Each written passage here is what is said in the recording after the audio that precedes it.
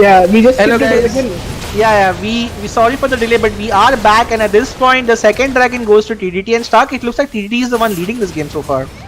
Yeah, so just to catch you up on what happened, the first dragon happened, and blue team got it. Kaisa got the dragon by stealing it with her Q, and at the same time they lost 3 kills, so it was 4-3. Then the Rift Herald happened, and Darius went wild. There was a fight in the Baron lane where they got the tower, another 4 kills. So it's now 14-6, and Darius has 4 kills. The Varus has 407. You can see it on the screen.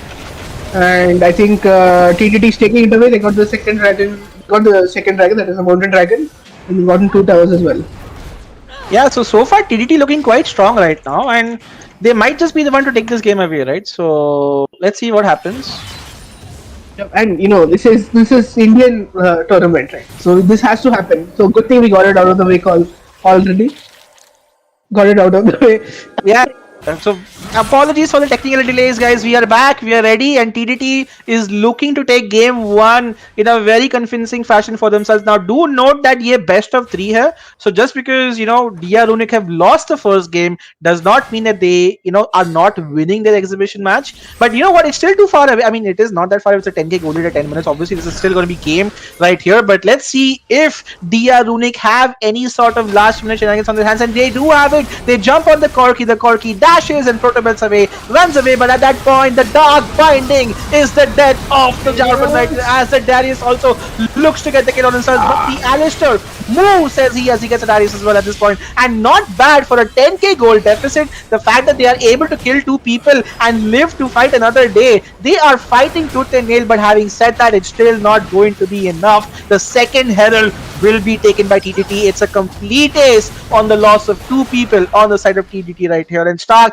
it does look like right now TTT are running away with the game and more. And the Black Shield proved to be deadly for the enemy team. The Morgana has been so good in these fights, right? Black Shielding, Darius giving so much presence, taking all the dragons and the objectives very quickly. I think once this Rift Herald hits, yeah, this is what's gonna be like. Look at the damage from the Varus and the Morgana poke coming out, right? Yep. This is so absurd, right? And this is what we mean, right? When Morgana puts the Black Shield on your Darius, the Darius can just go in and run rampant and get his 5 stacks. Right? And then the best part about this game is that Darius can get his 5 stacks very easily on the Alistair or on the J4 at this point, right? So he gets his 5 stacks, he kills the person once he gets it, and he just resets even further, right? This Morgana jungle pickup is looking super darn good. As you can see, J4 again. That's a 4-1 ultimate followed by an animated as well. This is the combo that they were looking for at the start of the game, but they still have managed to get the combo at the right time and run away. Is TDT, as they keep saying that the Kaisa goes a little bit too ham, however, and dies a little bit too eager. Greed is not good here. They had the right pickup and they could have just backed away. When all was said and done, it's still a 2 for 2. But Stark, we could see the potential of this composition, right? The 4-man Jarvan ult followed by a Annie ult, then followed by the Kaisa damage as well, and the Pantheon ult taken from behind. But obviously they're not going to get these kind of wombo combos over and over again. But we do see the power of this composition at this point, right? I think it might be a bit too late for them to do that, but you know what, still was fun to watch. Yeah, definitely, they got such good synergy in that one ult. One ult after the other, they just pressed it instantly, and the amount of CC they took, I think they couldn't move out of it. And yeah, they got 4 kills. It was 6 for 19, and they got 4 kills in return. And now they're going to be fighting for the Infernal Dragon, which is going to come up. I think they should use that gold which they've gotten for the shutdowns and take this fight here. What do you feel? Yeah, I mean, I would have loved for them to maybe get that wombo combo on the right time, but again, this is the kind of combos that are very hard to land. And again, I feel you wanna go for the Infernal, you can, but it's just gonna be hard. And yeah, he does come in, but he dies at this point because you know what, this is 3000 HP to go. And at this point, giving that jungler, I think he should have just left the dragon itself. Maybe look to steal the Baron instead, which is exactly what TDT will be looking to do right now. And Annie is caught between a rock and a hard place. A little girl is running away other women right now, very old at this point. Morgana, Leona, the tank and the enchanter, the stun lands, another followed up by the beautiful dark binding, and dark binding will be the death of this little child. Exhausted on her face, she's looking to run away, and for some reason she almost manages to escape. Never mind, she survives through the skin of her teeth. 1 HP to go, but on the other side, the Darius dies yet again, and so does the Varus. They get themselves a couple of kills while the Morgana and the Leona were busy chasing a little girl. On the other side, Runic were able to win out a team fight by getting 2 of the carries on their team right here. Again, we kept saying how that TDT is definitely ahead of this game. They should definitely look to end this game as well. But time and time again, these guys just coming back one after the other. Now Morgana with her ultimate as well. Perfectly timed. Now can she get some kills is what you have to ask. The tormented soul is hurting so hard, but at this point it's not going to be enough. The heal from Kaisa will save her Pantheon as well. The jungler dies and Runic lives to fight another team fight star. We might just have a game on our hands. Yep. They all tried. They got too cocky. Basically, they got too cocky. They tried to take a 2v4 and kill. And while Annie escaped with such low HP, I think it was not possible to live with that HP, but she did. And one more kill on the Morgana. Yeah, they might have lost Annie, but Annie was pretty behind already. So I think Morgana. Yeah, this is what I love about Runic. Runic like यार 10,000 gold पीछे हो क्या फर्क पड़ता है? We are gonna keep fighting, and I appreciate that about the team. Any team, right, जो give up नहीं करती, they look to fight. Is a good team, and at this point, it's a very big deal. They are starting Baron. Darius is on the bot side of the map. They are sneaking this Baron under the noses of TTT, and TTT are caught with their pants down, not sure what to do, but they will look to win out the team fight. Never mind. The Leona is in trouble. The Kaiser jumps in like an idiot again and dies. Oh, they're not good. Annie looks to get the Corki. The Corki will survive. They have Baron. They should look to reset right now. They should not look to fight. Here comes Big Daddy Darius. Gets a reset. One auto attack and kills what he needs. He gets the auto attack. It does miss. The reset is still there as well. Can he get the reset? I'm not sure. He does have his ult. Why doesn't he use at this point? Oh, there he goes. Finally, he's going to be used. He's still not using his ult. Oh, confusion over at this. He had 5 stacks on the wrong person at this point. But I think when all of a sudden done, he should look to get the tank in as well. But still, people have Baron. We have a game on our hands right here, ladies and gentlemen, because DR Runic snuck in that banner. Very good call. And at this one, TTT was just not prepared for that at all, were they, Stock? Yep, DR Runic just scaled. They got the Baron, and Morgana was dead. They made full use of the situation. Got 3 kills also at the end of it. But unfortunately, losing their members. Now, Kaisa has scaled. See, Kaisa has gotten her 2 item prospect. She's going for the 3rd. She has the BSO, the execution scoring is not going to heal as much. And the problem which I had seen from the composition of TDT is that they don't have extended damage. They all have burst damage kind of thing. Their ADC Varus is also so heavy, and when Jarvan and Alistar are going to engage a lot of folk, they're not giving a chance to do it. I think it's they might scale a lot, but they have a lot of damage and extended damage coming out from Runic. I think they still have a chance. I mean, Runic is surviving in this game with, so less to go, but you know what? I feel like they will live and die by this Kaisa, right? Kaisa has shown that she can carry, but she's also shown the propensity to go in a team fight and, try to 1v9, and that does not work out for them. Now, the bad thing that TDT can do is group up, right? The moment they group up against a Jarvan and an Alistar against an Annie, then that's going to be a little bit hard for them. Now, they have looked to scale up a little bit here as well, but remember, last team fight and the last team fight, both the team fights they won were because they had a numbers advantage. In a pure 5v5, look at this damage. Alistar just gets used. No, it does, never mind. But look at how low Kaisa is dying under the tormented soul, and she does not even know what is happening. You cannot put fate on this AD carry to carry you because of how bad that game was. And look at this, cleanup after cleanup. Darius is finally in the fight, ready to play. TDT were like, you know what guys, enough is enough. Let me not give these kids hope anymore. Let's just look to close up the game. And another kill going out from the Varus here. This is gonna be a complete ace fight for naught right here. And Morgana is my MVP in the book as well, I would have to say, because that tormented soul just kept doing an insane amount of damage. And teams in India just have not realized the power of that tormented soul, especially when you have your Liandries, which does percent HP damage, and your Abaddons, which amplifies the total magic damage as well. TDT take game 1 stock in this beautiful best of 3 series. Yep, that pool of Morgana plus the pool of Varus, I think, just doubled upon itself and deleted ADC before she could enter the fight as well. Alistar also lost more than 3/4 of his HP. Used everything before they could enter the fight, and that proved to be fatal. Very well played, well done. I think TDC said they poked exactly how they needed to play, Yeah, and and it was good. unfortunately nowadays this game does not show us who the MVP is in the end screen, but I'm pretty sure that MVP would probably end up going to the Morgana right here. And look at this, an insane display of performance right here. TDT, right? From the comp itself to how they played out these team fights, Runic have shown that they are good enough, right? Stark, they are good enough to match TDT, but TDT, this current iteration of TDT definitely has the right things going for themselves. A beautiful performance from everybody, I would say. Not one person, I would say, played badly on the side of TDT, right? They all had the right moments. And if you look at the damage dealt as well, right, it's insane the amount of damage that the Morgana has dealt. No wonder. Look at that damage, 38,000 damage in the face of Runic right here, as they look to take game one on themselves. And what do you think, Stark, of this game, and what are your thoughts going into game two? Because game one, they came at lag to raha hai that TDT just have an upper hand on the series. Yeah, they played very well. All their roles, all their laners performed well. I think the Morgana pick was a very clutch pick here. With the extra farming, the gold. Look at the gold difference just between the Morgana and the Jarvan. Right? It's more than 5,000 to 6,000. It's pretty well played. They kept up their damage, and the main thing is they avoided the early game, the Pantheon's damage, and the Jarvan fighting in any kind of form. I think that was a very good thing. They let themselves get scared and they dominated. It was very well played from them. I think not having Metagod in the team helps the TDT a lot.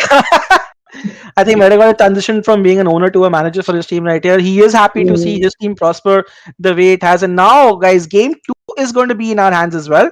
So let us know who you think is going to win game two. We are here to create a lobby ASAP right now. But I hope you had fun casting game one. We apologize for the technical delay. I know होता है. Sometimes Murphy's law हो जाता है. जब कुछ चीज खराब होनी है तो हो ही जाती है at this point. But fact not, we are looking. Start join the damn lobby, will you? Like need space one sec. yeah, yeah, Need space. no, it's One, my please. camera is not being seen on stream for some reason. Your camera. Wait, we'll fix that. To me also, or to both of us?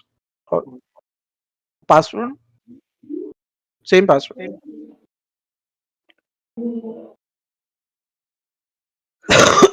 Just right.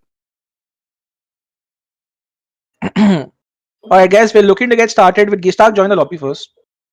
Yep, the party is full. Let's see, Shimon. I've been trying to do it. Yo, shit.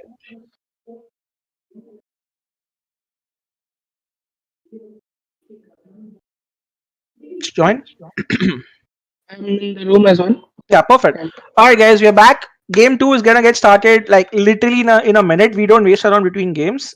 Swap and Done, swap done. so game one, right? Like again, I like the Morgana. I feel Morgana ban honi chahiye, especially if you want to play things like an Alistair, like where you want to engage and Morgana can completely annihilate or negate that engage as well. The Corki pickup as well, looking very very good on the side of TDT right here as well. You might have to look to ban that as well. But again, on the side of Runic, they had some good spots. They had some good plays that they could make. You could see the potential of what they could do. But let's see if they're able to change something. I feel like for TDT to win this game, they need to continue playing how they were. But for Runic to win this game, they have to change the draft. The draft has to get changed for them to win right now. Yeah, definitely. They need to pick something which has more damage throughout the game, extended damage in the team fight, because all they had was kind of burst, and that didn't work out much. Even though the Kaisa helped quite a bit, in the end, the poke was just too much. They didn't have range or poke, and they only had burst, and that little for them. I think more range. Oriana, please. Oriana, Varus, Jace. You can even I pick feel Jace. like giving away Varys and Morgana is very hard for enemies to come back from, right? And now when you have Jace, you potentially have Set, you have so many good picks in the meta. It's going to be a really smart game in draft right now, right? People need to make sure they play the right way. I think now we're finally playing tournament draft. Yeah, yeah. It's tournament draft only. I'll just get the teams to start now. Stellart. Pardon my French at this point. So, by the way, guys, just in case you have tuned in right now, this is the exhibition series for Wild Rift featuring 6 of the most consistent and current top teams in the Wild Rift scenario. At the end of this stream, we have an exciting announcement for you guys. So if you are interested, make sure you watch till the end of the stream. The first exhibition series is between TDT versus DR Rune. Game one was one very convincing, not super convincing, but was one handily, I would say, by TDT. But Runic did fight tooth and nail till the end. Now, game two, this best of three series is starting. Let us know if you think Runic can make a comeback or if you think TDT is gonna clean sweep this 2-0 completely, right? But I'm having a blast casting Wild Rift again. I hope you guys are having fun watching Wild Rift streams and casting. I know काफी time हो गया since we've had a fun Wild Rift, tournament, stream, exhibition, whatever. I know मैं stream करता रहता हूँ, but this is something new and it's good to see, right? Start these teams that are playing in the current meta, trying out new things. Annie mid, Morgana jungle. I'm liking it. I hope we can see more variety coming out from these teams because that's when you know that teams are, not in their one or two picks. They're moving beyond that. Yep, definitely a new meta. This is all weird to see because we haven't seen it in the series or the circuit or whatever tournaments we had before. And playing Morgana is Morgana is there. Kale said Yumi is going to come. Oh my god, the cancer that is going to happen in competitive is Yumi. But yeah, all these new champs is going to come. Shen and Karma, more team oriented picks are going to come later this Mm-hmm. before the server comes. That is for sure. But yeah, good to see a lot of different picks. Good to see that Indians are trying out different champions. It's good, I guess. And the bans have Absolutely. begun. Yep. So this is the proper tournament draft phase. Last game we actually just had three bans, but just to give you guys some clarity right now, it is going to be a proper tournament draft stream. One pick, two pick, two pick, and sorry, one pick, two pick, and five bans total. After the first three picks are done, then we have two more bans coming in, right? So this is how we're gonna go with it and do it. Yep, they banned Ziggs and Yasuo. So I hate mid laners nowadays. So good that they're banning out two of the most cancer champions here. Yeah, walk me through the picks right now. Like I'm looking forward to seeing what ends up getting picked right here from both the teams. Jace is open, Morgana is open, Irelia is pretty broken, but I doubt a lot of people play Irelia. It's pretty hard to judge her queue, but yeah, they're going to respect ban the Morgana, Galio, Ziggs, usual bans coming out from TDT, the cancer of Indian meta. Yeah, so let's see what they're going to ban two more champions next. What do you feel about Barrel meta now since the addition of Jace and I Set? mean, what I have to say about the Barrelin meta is good luck trying to ban me again because it's just not happening anymore. Earlier, you had like 10 bans, you could still ban all the champs I would play. But when you have Set, when you have Jace, there's so many champions being added to Barrelin right now. I feel like this is just going to be about power trades in the Barrelin. Right? It's no longer going to be about कि ये बंदे को ban करो, इसके picks ban करो. It's going to be all about कि what power pick can I take versus what power pick can the enemy take. Now the Darius and the Morgana have been banned out stuff, which is very good to see because that is Runic saying that okay, we've adapted from this game, we learned from it, let's try it out. But while banning these two things, what they have given is the Rengar to Cat Goes Meow. Now we have seen heard a lot about Cat Goes Meow is Rengar. Let's wait and see how good it is in this game. But on the other side as well, the Akali gets picked up. Now if that's an Akali top against a Garen, how do you think that matchup fares? Because I feel like this has to go in the mid lane. Yeah, I mean, Akali versus Garen is obviously a skill matchup where Garen has no skill and Akali takes all the skill to beat him. So it's very difficult for Akali to play into Garen, especially after the nerf which he had, nerfing her abilities, number of Qs. But yes, he picks up Set. I told Set was open and they go for Set. Okay, this is going to be a fun That's thing that I have beautiful. not seen. Oh my god. So this is because ये exhibition game है guys, we have opened all champions. It's not like people are getting money to win this right now. And Set is a fun champion to watch for people who think, who don't know what Set is. If a good Set player plays, he can literally 1v5 the entire team, and that is exactly what we are to see.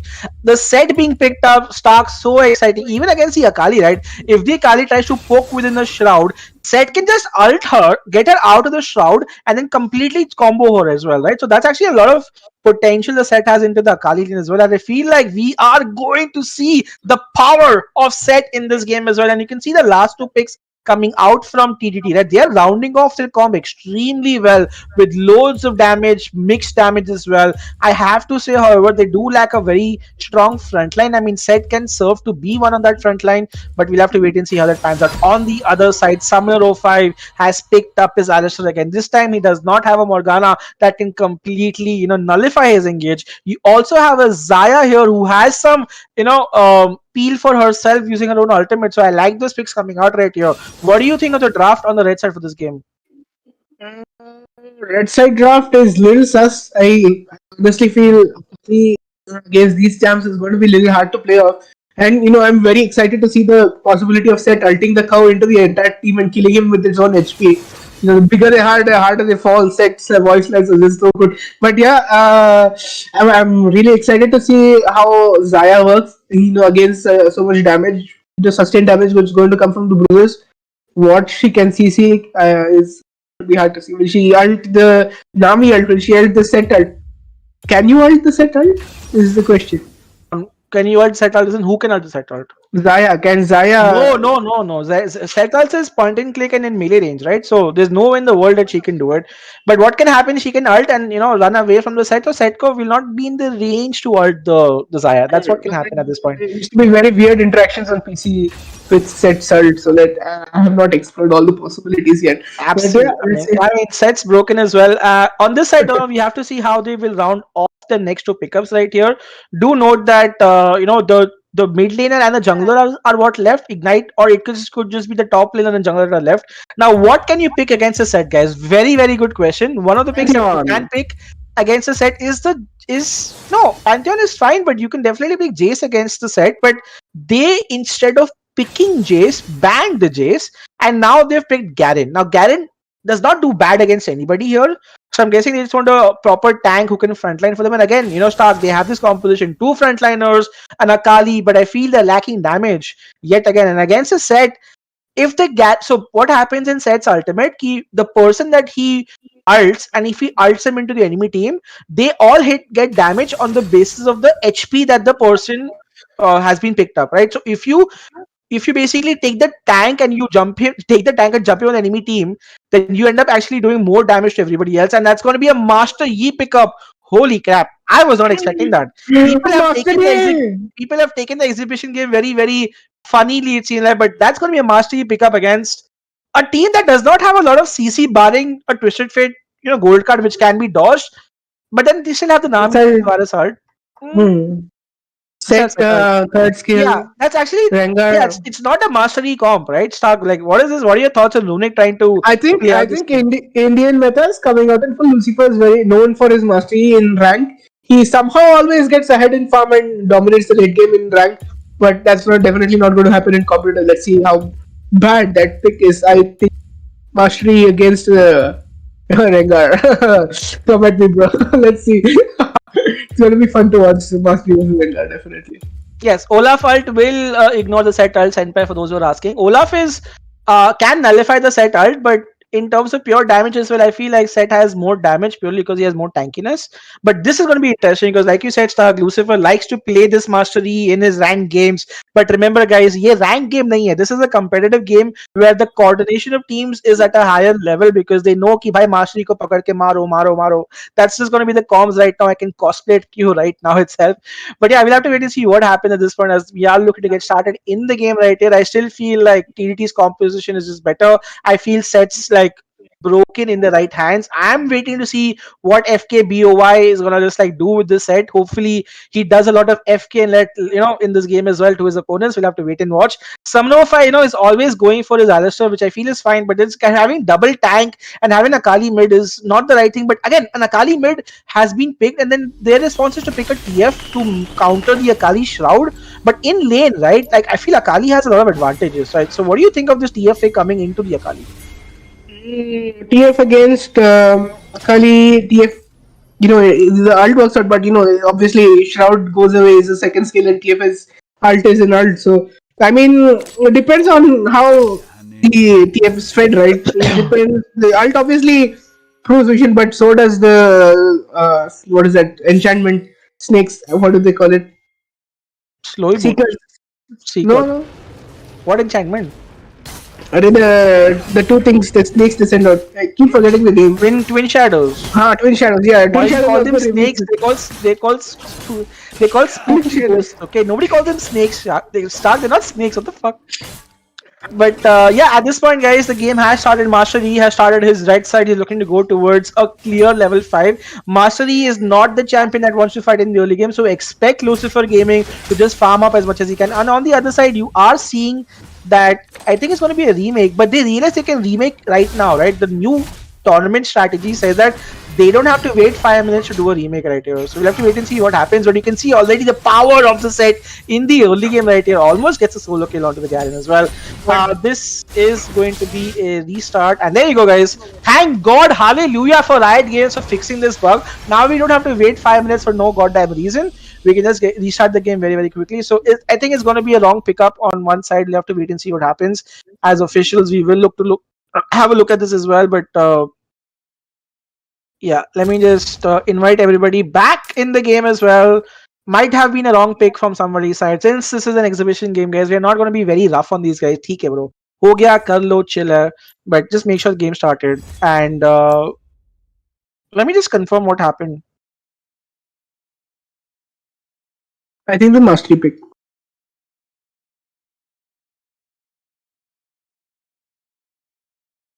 Okay, where my camera goes? Yeah, fine.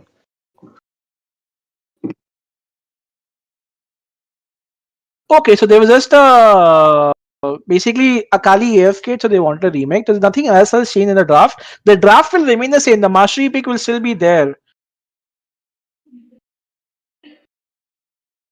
Make it blind pick, no? Yes.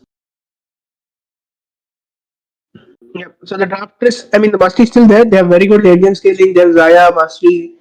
They have Garen who can tank through everything. Let's see whether it plays out for them. Goes to late game. अरे फिर से एक what? और नहीं है ना? Someone is not there. Who wasn't there? Oh god.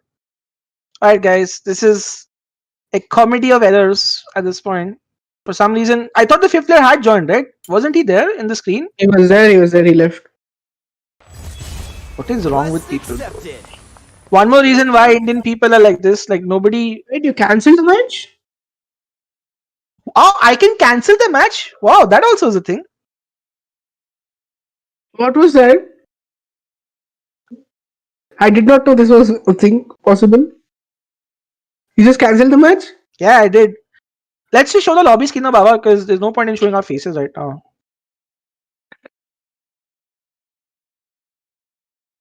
Alright guys, apparently one of the players, क्या हुआ कि एक प्लेयर कनेक्टेड था, फिर गेम चालू हुई, फिर वो डिस्कनेक्ट हो गया और जैसे ही लॉबी चालू हुई तो वो 4 प्लेयर ही थे. फिर मैंने गेम को एग्जिट कर दिया. जब मैंने गेम को एग्जिट कर दिया तो गेम चालू नहीं हुई. We all got back into the draft screen.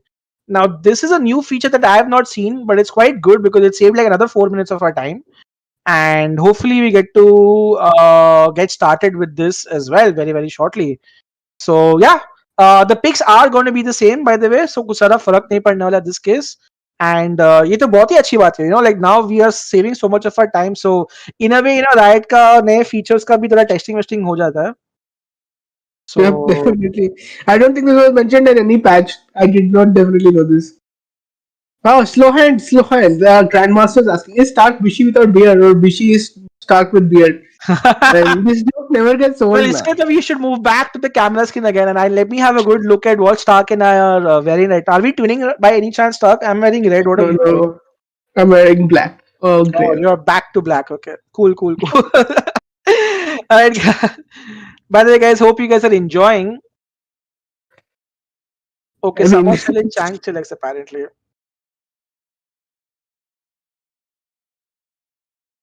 Net issues भाई टूर्नामेंट में नेट इश्यूज रिचार्ज करवा देते एयरटेल का 15 रुपए. अरे ऐसा कोई फर्क नहीं पड़ता. नेट इश्यूज लाइफ में होते हैं. आई मीन इंडिया में भी सर्वर आएगा तो सबसे पहले ये होने वाला है गाइस, मेरा 4G नहीं चल रहा गाइस. कोई कोई लोग तो 3G पे खेलने वाले. आई am not even sure, you know. 2G पे कभी-कभी मिलता है ना, लाइक गांव में जाएगा तो at this point, but it's fine bro. ये गेम चलती है. What I realize is this game does not take a lot of resources and does not need like a lot of internet to play. Like one game is like hardly 10 or 20 MB at this point. So that is there for us going on at this point. Iconic, I'm doing English only, but kabhi kabhi thoda Hindi bhi kar raha so that, you know, we can relate to our audiences and things like that. Time waste करना चाहते तो right तो game नहीं निकाल रही. Time ही waste कर रहे थे गाइस, टाइम है और करना ही क्या है. यही बैठ के गेम्स देखते हैं एट दिस पॉइंट. बट या विल कीप डूइंग इट. कुमा, you don't have to say that, but anyways guys, 5 बंदा आना बाकी है on the side of TDT right here. Game 1 has just been done, game 2 is just about to get started. The next series is also going to be very interesting. We have 3 best of 3s by the way. आज तीनों best of 3s खेले जाएंगे और तीसरे best of 3 के बाद we'll have a very exciting announcement for you guys. So make sure आज आप ट्यून इन रहे, घर का डिनर है, सामने रखिए, वाइडर देखिए. होपफुली ये स्ट्रीम्स देखने के बाद आपका खेलने का थोड़ा मन भी हो जाए. अगर आपका खेलने का मन होगा तो डेफिनेटली स्ट्रीम के एंड में there is an exciting news for you guys. So make sure you guys tune in for that. और we are just waiting for the last gate to get started. Hopefully it should not take much time. We didn't save much time by quitting, canceling the match. I mean जितना time बनाया उतना time यहाँ पे भी चला ही गया. So let's just see who's left on the side of the blue team. I think the FKBOY is left, right?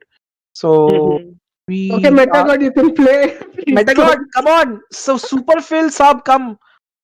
Guys, Metagod's gonna be playing for TDT right now. He's gonna play his insane Malphite AP hybrid thing in the top lane. Rakan in Brom AP. Electrocute Brom, Rakan AP. Adi is asking me stream end में क्या है? आदि अगर stream के end में क्या अभी बोल तो stream के end होने का point नहीं होगा ना bro. That's the whole thing, hype. Announcement और कुछ नहीं है. बस announcement है for people who like watching Wild Rift and for Indian people who want to compete in Wild Rift और कुछ नहीं. बस that itself is a very big hint. But yeah. So one bad thing about this feature, right? कि पहले ना आप draft screen में या custom game में you could copy somebody's text by clicking on it. आजकल वो होता नहीं है. हाँ, because इतना spam होता था chat में, especially CDC people. In draft there's spam, copy spam so much. I can't post my cringe jokes in chat now. ये भाई. I mean copy from internet. भाई इधर मेरे लिस्ट में कोई बंदा है गोली बेटा मस्ती में, तो बोला इसको ऐड कर दो. नाम ही इतना अच्छा है कि इसमें खिला रहा है. गोली बेटा मस्ती को खिला देते guys.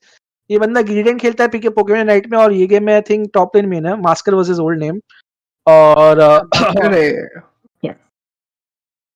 they should give us the option of adding nicknames.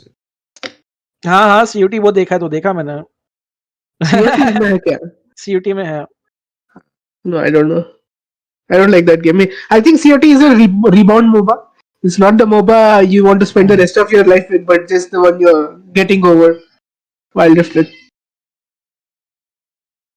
Big controversial opinion, COT that thing. एक second.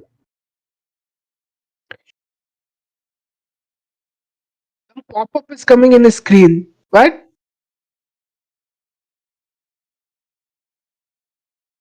Ishan ready to always fill. Ishan, please. Okay, there he is. He is back. Okay, guys. Ready. Please, let's go. It's hopefully, guys, nobody should get kicked out of this lobby. He came from another account. TDT ready. Okay, let's go, guys. 5 लोग आ चुके हैं. Hallelujah. We got this, guys. Let's go. When Gagas cosplay Warlord, जब 100,000 होगा, अभी तो लगता नहीं था 5,000 भी होने वाला है. This is going to fuck it. जब होगा तब करेंगे, right? So, और बताओ, what do you expect from this mastering pickup in the early game start? Because I feel he will just look to farm up to his level 5, and even after he farms up to his level 5, I don't think he's gonna do much, right? But the thing with Mastery, right? He's a snowbally champ. Talk to me what the term snowball means and what does it mean to be a snowbally champion?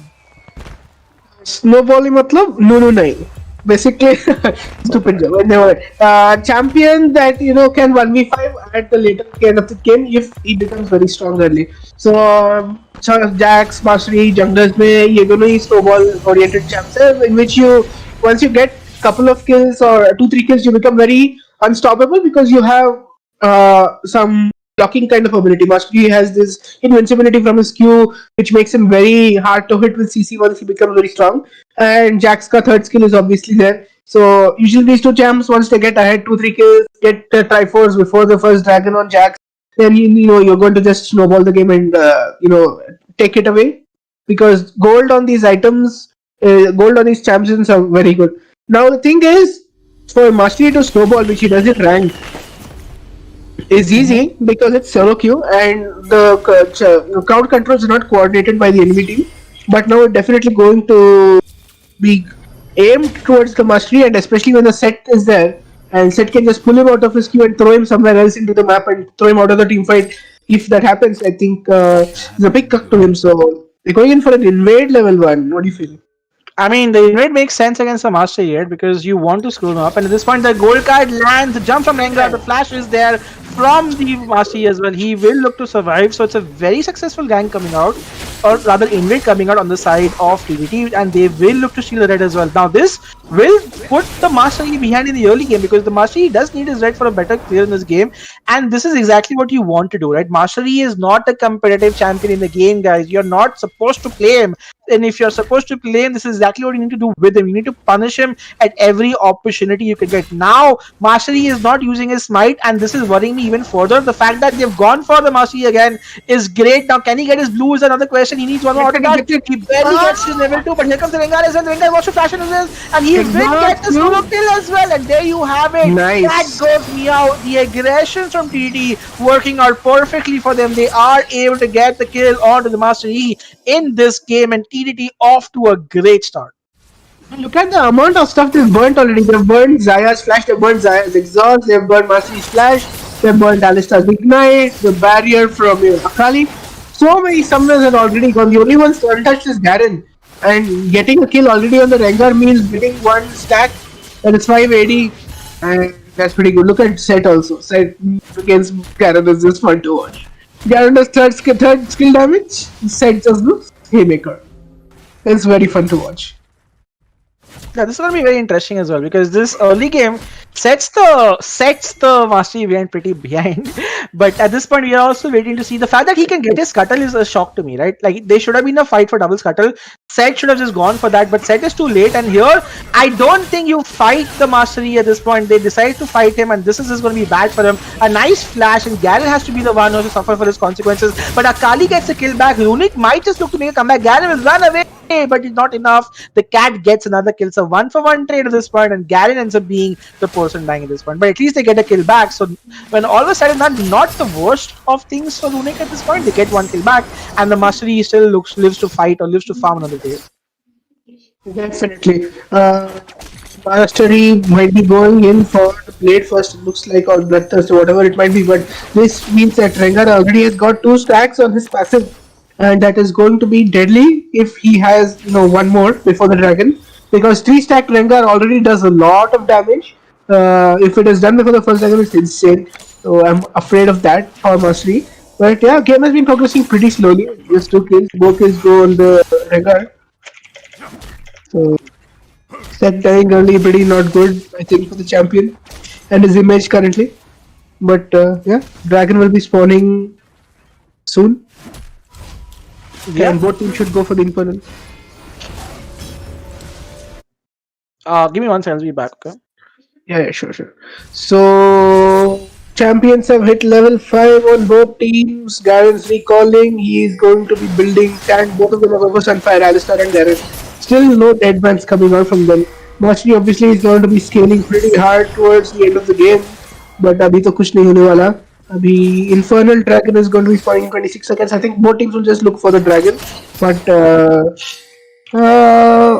not much damage will be there actually from the side of Diadonic in the early game. Zaya's first item not completed. Mastery is not completed. So dragon spawning in 3 seconds. Set and Garen choose to avoid the first dragon fight. The Set is recalling and trying to come here. Scuttle to gaya काम से. Rengar bursts the dragon pretty fast, but Alistar goes in with the double man knockup. Very good. Akali throwing in his damage. Varus is dead. 700 HP on the dragon. The spider's already been put, but Zaya is able to get the dragon. Mastery going on a spree here. He's going to get pulled back by the Set and altered into the Haymaker, and Set gets a double kill. Okay. the Haymaker coming in very, very clutch in his fights. Yeah, and we can see the power of the set, right? Sorry for the delay, guys. I'm back again, but the power of the set, right, Stark? Yeah, but the good thing is that the red team gets the Infernal Dragon. The Master E will be very happy to get that kill for himself and also get the dragon. And again, you can see the fight is happening on the other side. Garen being just so tanky, willing to run away as well. But again, good start for Runic. They are the ones with the lead with Master E, right? So you could potentially this series going to a game 3, right? Start with the Herald now being up for grabs, but smartly enough, TDT did do to go for it, but not before a contest is happening. And look at this, Master E is looking to get it, but not going to be enough. A beautiful pull here from as well, and Haymaker gets the kill onto the Master E. And again, Runic are in trouble. They end up losing 2 kills. They might end up losing more than 2 kills, but Akali is looking for the cleanup right here as Akali looks to get another 3 kills for herself. Triple kill for Ignite, could look to get one more, but double buffs on the Twisted Fate might make life hard for the Akali. The Akali is going to be in trouble. Here comes the Varus as well. That's not going to be enough. The Varus poke is all that is required. Yes, he lands, and that's going to be a 4 for 2, 3 for at the end of the day. But the Akali getting 3 kills, Akali having 6 kills is huge for her because now she'll be set up to nearly assassinate the Varus or the Twisted Fate in this fight. They're definitely set up. But yeah, I think Akali has gotten very ahead, and the enemy team is comprised of mostly squishies apart from the set. So if she gets into a team fight and she's able to do a lot of damage with the engage of Summoner, who's definitely flashing in and engaging and knocking up people very well, I think there is a very big chance that Master E lives to see the late game.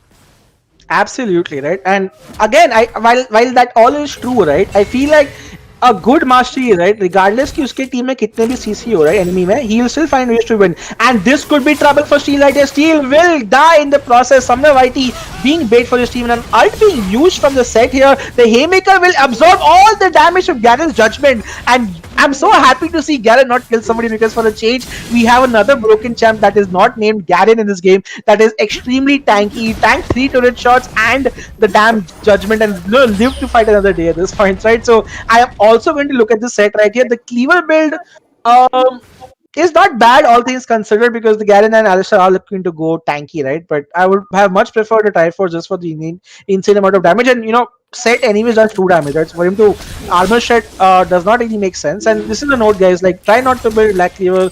I feel that's a little less superior of a build. Triforce always better on set. Definitely, people are actually going for Blade instead of Cleaver and Triforce, then going Blade's a great item too. Blade's an insane item as well. Like that Blade is fine, Triforce is fine. Just Cleaver, not the best considering that set anyways does 2 damage. Ignite is in trouble, but I think he does realize that something is looming on those bushes, and Rengar was the person that is looming. Now, we haven't spoken a lot about the Rengar as well.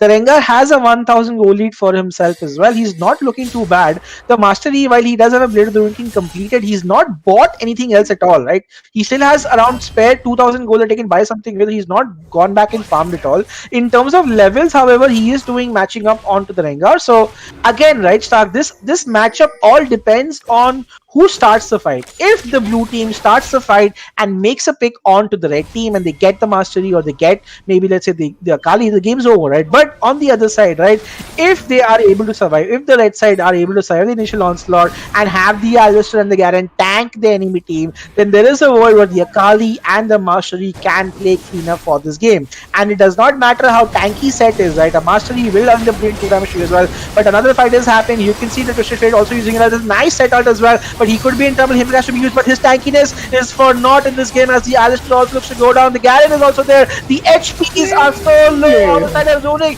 but the HPs do not matter in this case. And look at this mastery, he's going to go for another kill. Flash Lucifer with the Indian lobby mastery. Triple kill for himself, and in typical Indian fashion, rather than going for the objective, he goes for the kill.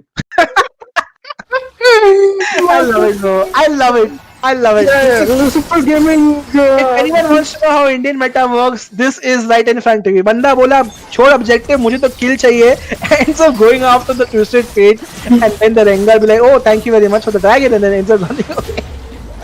I love Wild Rift, like this is the epitome of some of the meta games that we are going for ourselves. But hey, you know what, it does not matter. As long as the master is getting kills and Ocean Dragon in area, it does not matter. He still can get a lot of kills for himself. And now TDT are in trouble right here because they have lost the Rift Herald as well. Yeah, the summoner I think is the key to Runate's victory because every time it has been him going in, knocking up, and the follow-up damage coming in from the Akali and the Garen, which and the Varus which came out very. I mean, the Zayal, sorry, that came out very well. He did get altered by set, but I think damage was already done. So Master's already gotten 4 kills. He is snowballing, and I think. Yes, I think the pick might work out. Sorry, guys, coughing. I have a little bit of COVID. I'm just wondering what happened. Okay, don't worry. COVID does not spread through voice chat, hopefully, so it should be fine. Oh, you can see Set being in trouble yet again. Look at the damage that Zaya has at this point. Haymaker ends up getting used, and again, if you don't position well on Set, it's not like Set ko maar nahi sakte. Set is very much killable, and the fact that he ends up getting to half HP is not good. He ends up using an ult, but the ult is on the Alistar of all people. Not the best usage of his ult, but does not matter. The flash is there. The numbers advantage is, however, not on the side of Runic, as they will look to lose their member. Yes, they throw the Herald, but this 5-man collapse on the side of PDT is very, very well played by them. And Master E, I don't know why he's going top. You cannot 1v4 there, buddy. You should just look to push out mid if possible. Macro plays yet again, but the Garen is doing well on the side of Runic. He's looking to just push out his tower. It's a 1-for-0, but TTT definitely do come back in this game by getting a tower back for themselves. So well played there by TTT, putting just a numbers advantage on that top team fight. I think Lucifer is in farm mode. He has been farming constantly throughout the game, and he still has gold deficit behind the Rengar for some reason. But No, the Rengar is just he's getting all the objectives on the map as well. But it's not that bad of a goal lead. I mean, it's a 1,000 goal lead, but it's like 10,000 right now. Master. Okay, is Mastery going for Triforce? I don't know. Yeah, he does. Yeah. I was seeing why the Sheen was going. हाँ, obviously you cannot. अगर वो Lich Bane Mastery जाता, then I would have just like closed the stream and I was thinking Ice Storm. I was thinking Ice Storm. But yeah, another time coming in. Garen again, and even Garen is not killable at this point. Look at this, the 4-man merry-go-round party from TTT at this point. बोला guys, हम group करेंगे तो हम जीतेंगे. That's the name of the game, and it's working well for them. So all kudos to them for that. They do want to get the bot lane tower, but there is a mastery available as well as the Alistar, and they are looking to much. The Mastery gets bubbled. The Mastery gets rooted by the Queen of Corruption from Varus as well. The Mastery dies. And this is what happens. To counter Mastery, you need to get CC. And when you land CC, you kill Mastery and you win the game. And yet again, Mastery, just not the right people being put in these team fights, right? So they're always losing numbers advantage. And kudos to TDT, they're making it work. They made it work in the top tower, they got the tower, they made it work in the bot tower, they got the kills and they got the tower. So what is Runic doing is what we have to question at this point. Oh, the emote spam is well as BM. The TF in the fight, just rewind and watch, guys, if you guys see the TF, he ignores the Alistar, he goes and portrait locks the Mastery and he stuns him, and Varus does the same with his ult, just going in on the Mastery and ulting them, just ignoring the Alistar, and that proved very, very good. I think if they had hit the Alistar with the ults, it would have been doomed because Mastery would have just done some damage. But TTT playing like TQT, Team Quadra Top, just grouping up hard pakad everywhere. Sometimes Starks and Joker are nice and I will laugh with them, but that does not mean every Joker is nice. But on the other side, Master is going for the fight. He goes on the set and he ends up just completely dying. What was that engage? The Master, but the Kali shan't do whatever she can. The Kali's not enough as well. All the carries on the side of Runika dead, leaving just the tanks to fend off. And this quadra kill TTT is just looking to make complete domination on their side as they get their ace and they get their dragon. And they look to get the Baron. And safe to say, Stark, this mastery pickup has not worked out for them as they would like it to be. I think Lucifer wants to go back to hell. I mean, like I said, right, this is not, while these are Indian people playing, this is not Indian lobby. These are 5-man coordinated teams. Teams are smart enough to know when to focus E. They are smart enough to, use their crowd control against them. And that's exactly what has happened in front of us. Now, guys, a small quiz for only those people watching in chat. What boot enchantment should Master E have gone, and when should he have gone it? Because there's a clear boot enchantment that he should have picked this game that he has not yet picked, specifically playing Master E. And the fact that he's rushing Triforce and not rushing a boot enchantment might be one of the reasons why he's losing the team fight. Let me know in the chat below. Whoever guesses it right will get a shout out from me on stream live right now. But until then, Stark, talk to me about the game shit, because now we went from an equal goal game, a 10,000 goal lead for TTT with the bar in their hands. Yep, it's been coin flip. It's Indian meta. It's coin flip. First dragon, it seemed to be in DDT's favor. Then it swapped over to Diatonic. Now, after the third dragon, I think it has flipped back. Oh, But I Mashi think these died. I wonder if feedback. he had something as an enchantment that could have saved his life. Well, never mind at this point, guys. There's no point in seeing this Mastery. I mean, I had some hopes, but again, it's not exactly Mr. Crowley's playing Mastery at this point. Look at the tankiness from the set right here. He's able to absorb so much. Akali is doing her level best at this point, but they are just diving and diving and diving there, and they're just absolutely killing them at this point. And TDT will make quick work of the first exhibition series start as they look to get a comfortable 2-0 victory for themselves. Yep, it's all good for TDT. I think they are very, very in prepared for the rest of the tournament. Ready, set, action showed up in this match, and it was very good. Dominating performance coming out from TDT. Good to flip the tide. Kali got a little ahead, a little too ahead for comfort, and they were able to channel their CC perfectly and was able to delete the enemy team.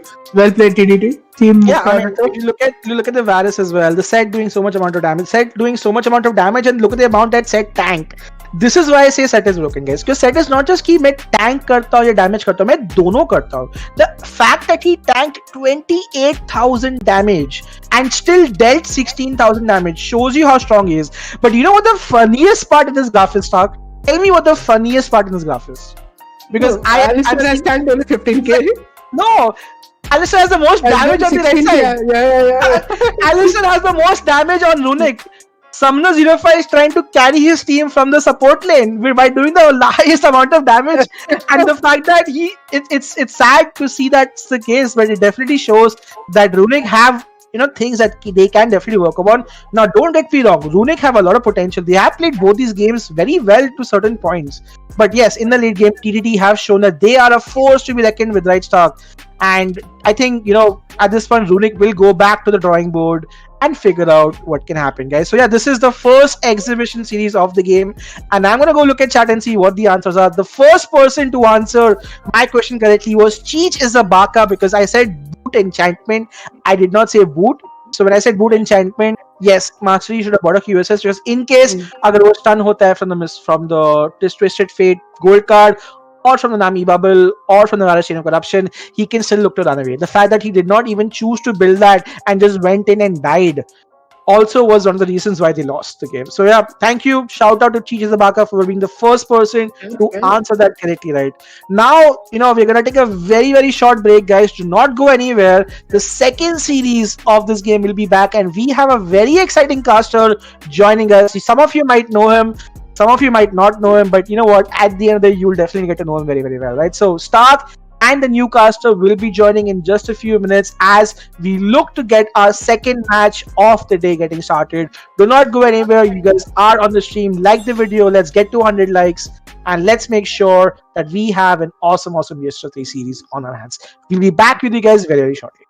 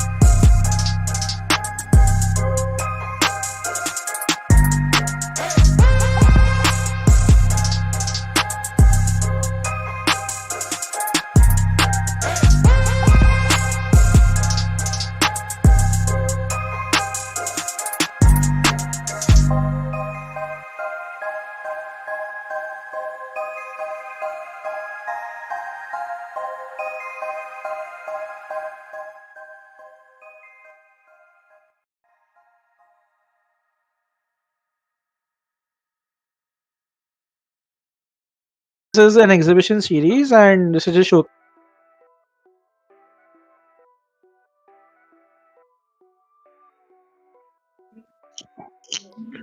Okay, Bishi. Yeah. Hello, guys. Welcome back. We are here with game of the exhibition matches. But before I even get there, let me introduce you to one of our very near and dear admins of the Wildlife India community, a very dear friend of mine as well, none other than Akum Temsum Jamir, aka Naga Krauser. Kuma is going to be casting with us with the second and the third best of these as well. And this is going to be a very exciting match. Kuma, let's start off. How are you doing, brother? I know that you have not played Wild Rift in a long time, but you now recently started playing Wild Rift again.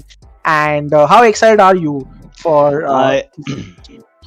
Hello guys, my name is Naga Krauser or Kuma, that's what everybody calls me, and it actually feels good to be back on Wild Rift. It feels like I've never left it. Still the same. You get what I'm saying? And also I'm down with the cold, like I'm down with the flu right now. There's an outburst of flu going on in Nagaland right now, yeah. So I'm pretty much messed up as well. So really sorry to everyone. Like I can't use my camera right now because you'll be seeing all the tissue paper, my nose drooling and all. Yeah.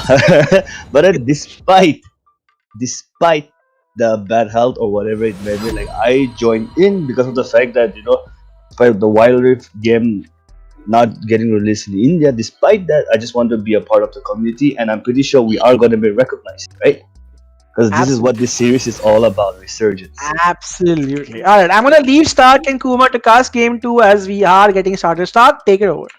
Yep, definitely. The match is going to be between very two strong teams who are there in the scene left now. It's going to be Alpha Pack Esports, which is going to be on the blue side, and it's going to be team I don't know, Indestructible, I think. Inevitable, yeah, my bad, sorry. I think they just swapped the team recently, so players are all from the Indian lobby, which is fun to watch, like we discussed in the first 3 matches. And they are very used to playing weird metas, different champions, rotations, macros very different from what you would expect. So it's going to be fun to watch these matches. And fans have started. Brom and Jace, what do you feel? Yeah, I mean, Braum and Jace getting banned, I do understand, but I feel like Braum, it's like a respect ban coming out from Team Inevitable, maybe. Because generally, you don't see a Braum ban ever coming out, right? Like, this is my first time noticing a Braum getting banned out in a competitive series. But then, as you can see. Yeah, it does get banned quite a bit in the Indian meta, in the Indian competitive scene. Yeah, true. It's very common to pair it up and block ults, right? The good Braum obviously blocks a lot of the cancer that Indian players play, which is, the Misfortune, the Seraphine, the Lux, the cringe that goes on usually is blocked by Braum. So, I mean, that ban is there. But talk to me about the other side bans. Yeah, we have a Ziggs ban coming out, and a Galio and an Alistair coming out from the red side. And Ziggs, I know, he's like one of the most annoying mid laner there is right now. Plus, when a Ziggs is there, like it's really hard to secure objectives, Like his ultimate deals so much of damage. Them taking that away, that is really good coming out from the red side. And as you can see here, Galio has been banned. Galio, Alistair, like I'm not surprised because in an Indian lobby, like Galio having that global presence and just distort a fight, like just come in and be like, boom, I'm here, bitches. What can you do about it? So tell me about the picks coming out from the blue side, from Alpha Pack. I mean, Set is open. They have again ignored Set. I don't see why they're not playing Set and Ezreal. These two champions are so broken in the meta right now. Set, obviously, people have yet to experiment with and learn, but Ezreal, oh my god, he's become so strong. He's able to just wipe teams entirely with his Qs now.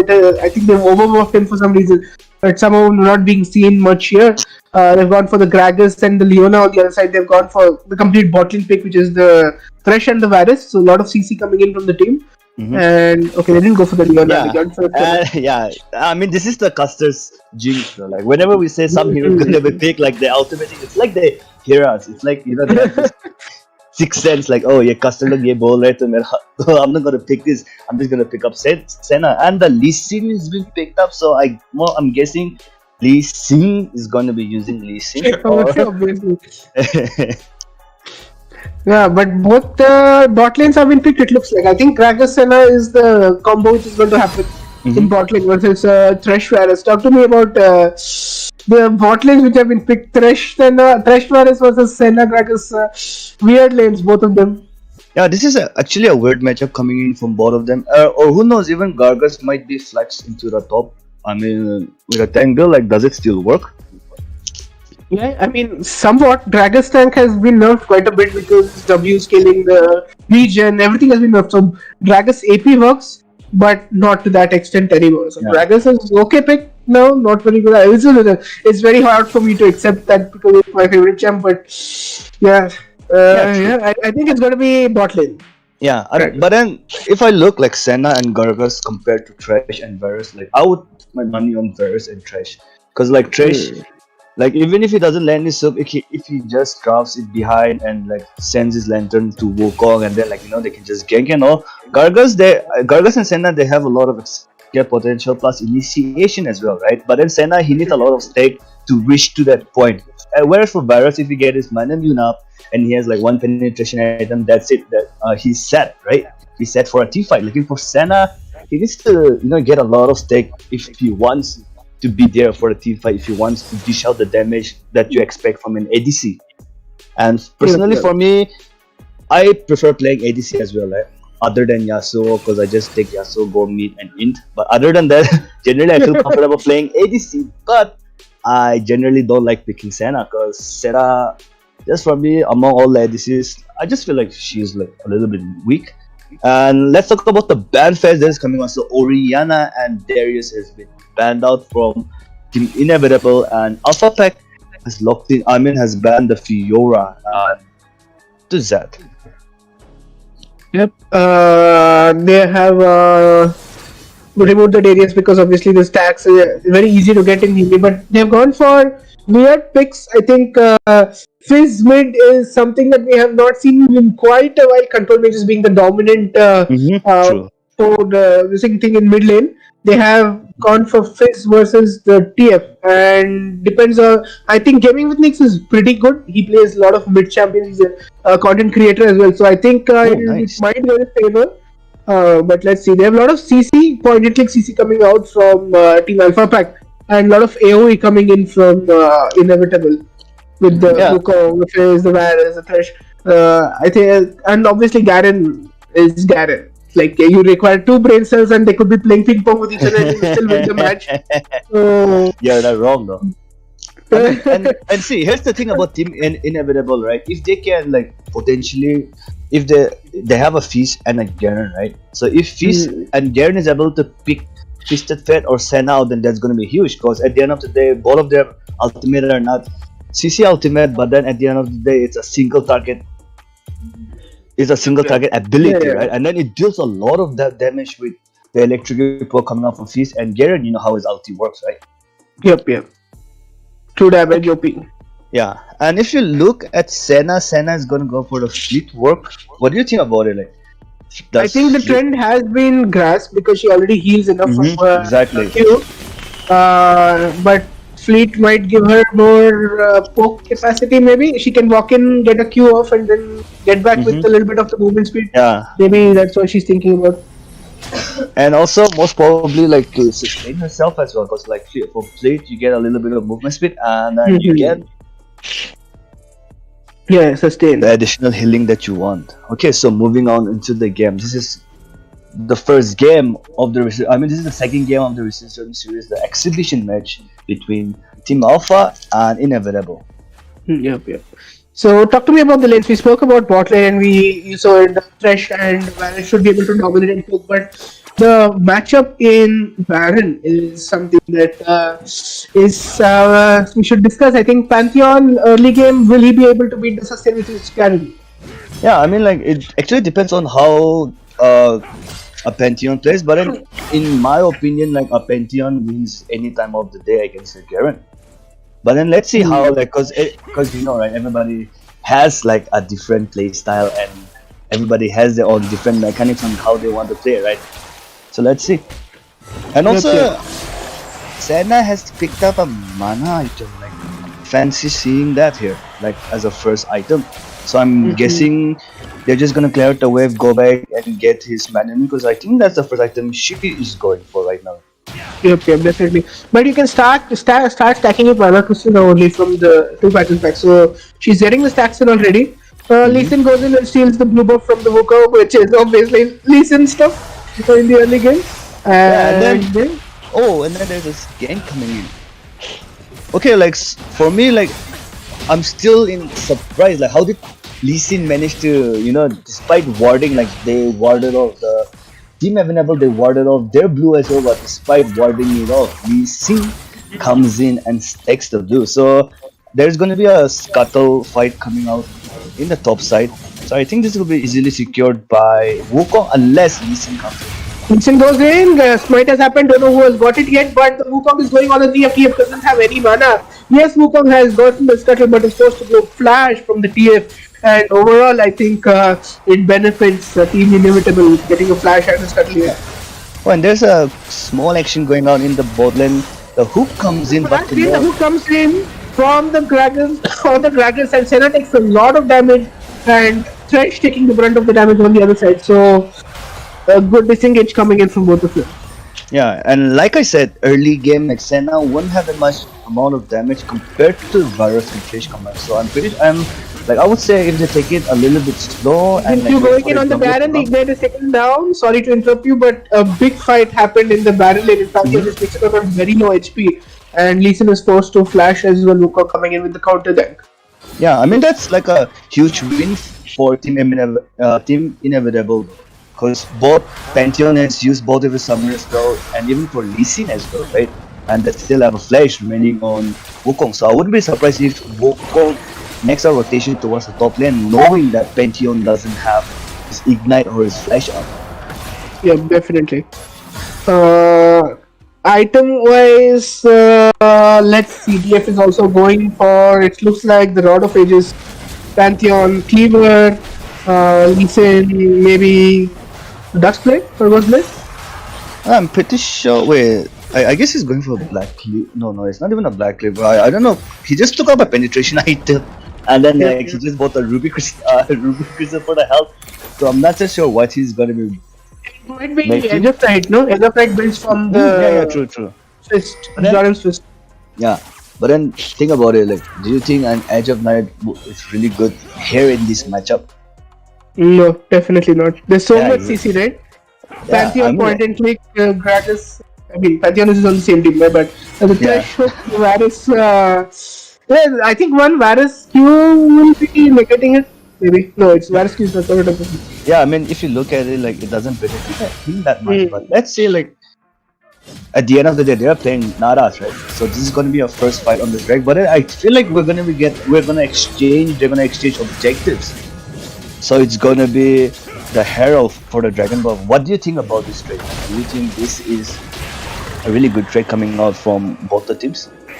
I Who think do you think Inevitable wins definitely gets the better of this trade because getting the Rift Herald in champion or in a team comp that has a lot of damage in the early game is going to be good because they can snowball that lead which they're going to get.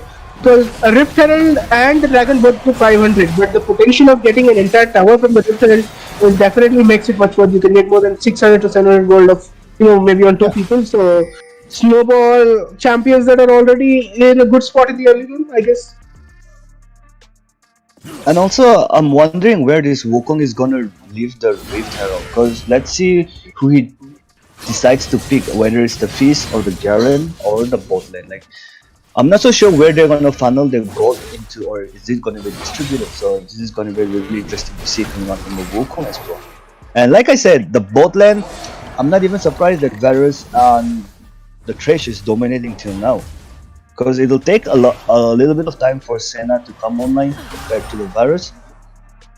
And they're Yep, just yep. gonna reset, and there's a small spark here and there going on in both Baron land and the mid lane. You can see because Varus has been farming well. He has a gold lead of, I mean, he has 3,500 gold, and the Gragas has only it's equal, right? Because the Senna is not the one taking the farm, and that means she doesn't have plenty much stacks to be working with right now. She has only 15 souls, and that is not good. I think at 6 minutes, you should have aimed at maybe 25, maybe. Yeah, I mean the numbers should have been a little bit higher compared to that. And like I said, and like with this guy, right? Lee Sin has picked. Oh, the hook has come. Fight happens. Yep. Thresh is going in, gets the play on the center. The ult comes in from the Dragons to disengage. The TFS is coming in. Varus is trying to poke. He has 3 strikes of blight, but the damage has come and the Varus has overpulled. The TF gets a kill. He gets a double kill. Flashing coming in from Gaming with Nix. The mid laner rotation coming in. 2 quick kills from the side of Alphabet. Yeah, all props to Twisted Fate. This gaming with Nix, like that was like he knew the potential, like he knew the trade coming out from the virus and the virus and the trash, and he saw the potential. And compared to a feast and this thing, what do you call a Twisted Fate, right? If you look at the rotation, Twisted Fate comes in and then he throws the gold card, and I'm not so sure why Trash. Like, Trash knows that his ADC has already died, but then he walks in, forcing a flash from Gaming Nix, and I don't think, for exchanging flash for a kill is not worth it, right? So that's poor gameplay coming out from Felix on the Trash. He should have just went back instead of coming back to the team fight again. Yep, definitely. And small, fish, we saw it, small fact, we Fish threw his ult on TF, trying to cancel the TF ult, but TF teleported, and as soon as he spawned in the bot lane, his ult popped. So Fish didn't come, but he sent his ult as a present for the bot lane. Yeah, like a surprise gift. No? They got the tower as well. Dragosin getting the benefit of the doubt, and yep, Senna has completed her mana immune. She's going for Iceborne, second item. Slow Senna build. Yeah, but if you look at the gold distributed between Senna and Gargas has like, I don't know like who is taking the farm. Okay, so it's Gargas actually. So it's an APC. Yeah, it's an APC. We thought that Senna is gonna be like the ADC carry, but then it turns out that Gargas has been chewing up all the farm, and look at his farm, he's like 5k gold, and Paris has It only might be 4K. going in. They've used the Rift Herald in the bottom lane, which is going to slowly hit the minions and die if they're just going to leave it there. But Edge of Light has been procced by the Thresh Q. They're trying to get the remote priority. Team Inevitable gets the priority here. And Lee Sin seems to be trying to push in the mid wave and get the tower. Yeah. Dragon's getting started. It's halfway done. 2,400, 2,000, 1,600. I think the Dragon is just gone. And the Inevitable gets it. And they are rotating in for the rift. Second rift of the. Yeah. And I'm actually surprised Pantheon started the rift, but then he just left it and he just walked away. So this might cost them a little bit. Result comes in, TF has already used the stasis to block it, Wukong has used the result, Gragas has thrown them off and disengaged completely, and engage of Inevitable face Inevitable, and it's nothing, it's a very boring game to get casted, there's nothing, they're not fighting at all. Yeah, I mean, at the end of the day, right, it's about the respect both the teams are giving to each other. Maybe they are not familiar with each other and they don't know how it's being played, right? But then, the rift on both was actually very, very questionable, right? And Team Alpha Pack not being able to punish them for that, that was actually really, really surprising. And at the moment, we're 9 minutes into the game and we just have 2 kills on the scoreboard, which is actually really surprising. Looking at the team composition, I thought there would be a huge insane team fight coming out, but then both of them, they're just like, okay, we'll just take it slowly, one thing at a time. Yep. So but which team do you think scales better? Because this point needs to be made now since the fight is not happening. It's already 10 minutes, right? Does the Pantheon and the Lee Sin fall off and the Senna Dragon scale, or does the Varus outscale them all? No, I mean, in my opinion, Team Inevitable, if they stretch it out, Team Inevitable has like higher chances if a team fight erupts. Because if you look at it, if you look at Team Alpha Pack, right, they have a Lee Sin. Like, it all depends upon Lee Sin for Team Alpha Pack. Because if you look at Gargas is really good at engaging, disengaging, and same goes for Lee Sin, right? If he's able to knock 3 of them into the air, and Senna and Pantheon will just come in. And there's a dive in at the top lane, and there was textbook play coming out. And Senna, I don't know why she used her ultimate, but then I guess that's for style points since we've been crossing them along, like why is no fight happening? Yeah, definitely. Kill Kozin on the Garen. They were going with the unkillable, and they have gotten another kill on the Thresh here. They're still pushing into the Rift Trail. This seems to be the most that they're going to get out of this Rift Trail, but they're going on the Wukong as well. Wukong, second part of the ult coming in. Fizz is walking in with a lot of damage. The Fish misses, but the Ignite is sticking down. The Senna is dead, but the Lee Sin is coming back to get the clutch damage back. But the Fizz is able to get a double kill. Ooh. Minions kill the Fizz. This is definitely Indian gameplay at its At its finest, to be precise. And also, like gets no kills. I was expecting a lot of plays coming out from Fizz, D-Tron, X-Play, Z. Like that was the first ult. I mean, that was the second ulti of the game, and like both of the ulti he missed, right? Except on Mr. Fred because he was pushing. Very sad with the people. Yeah. But then if you look at this team fight, right, Fizz could have just walked the other way around, but I don't know why he went the other way. Because he knows that there is a minion, right? And he eat on top of the minion and he just died. He could have just walked away from it, but he chose to stay. And so I guess it was Pantheon who got the free kill. No, it was Lee Sin, right? Listen. Okay, so Gargus, he is going for the Sunfire cap and the Banshee. It's a very weird item, right? Going Sunfire and then going Banshees. Banshees usually for full AP burst kind of build, and then going Sunfire on top of that. I think the Gragas will get to make his mind whether he wants beer or whether he wants vodka. No, and then on top of that, like Fizz, the only magic damage dealer from Team Inevitable is Fizz, and Fizz is not going to be poking it, and also he's not going to be wasting his time on Gargas, right? He's just going to be jumping on top of the Senna or Twisted Fed, but Twisted Fed already has a stasis, and even Stena has picked up a stasis, so I'm not so sure how Fizz is going to be playing this out. Stena made a mistake. Stena bopped into the Dragon Field. Fight is going on. Varusal comes in. The Baron has used his outplay button and kills the Lee Sin already. Pantheon trying to block all the damage coming in from the enemy team, but the Fizz is there to jump in. Garen getting the double kill on the Fizz and the Pantheon, and the TF is trying to escape with very low HP. Stasis used to pop out. The TF ult is being used. Will they be able to re-enter the fight to get this Elder? I mean, the Infernal Dragon, or is one hope lost for the Dragon already? Looks like it's going uncontested, and Wukong is able to get the Dragon. Yeah, and like I said, if you look at the team fight, this is one of the main reasons why I said Team Inevitable looks better with the comp, because and also that was a wrong position to take a fight coming from Team Mass Effect, because Team Inevitable, if Varus lands his ultimate and Thresh lands, I mean, just summons his ultimate and Wukong with his ultimate, then there's no escape coming out from Team Mass Effect, right? They were just clustered together near that tri-bush, and then they got punished for that. And I don't know what Senna was doing. If Senna was there, maybe the fight could have, gone not their way. I'm sure about that, but it could have been a little bit better, because I'm pretty sure that the Senna was not able to dish out damage in the previous fight. Senna fucked up. She hit the blast cone, which sent two people into the Thresh and Varusal, and she fell into the pit. Yeah. So she was unable to do anything from there. Yeah. Very weird turn of events for Senna.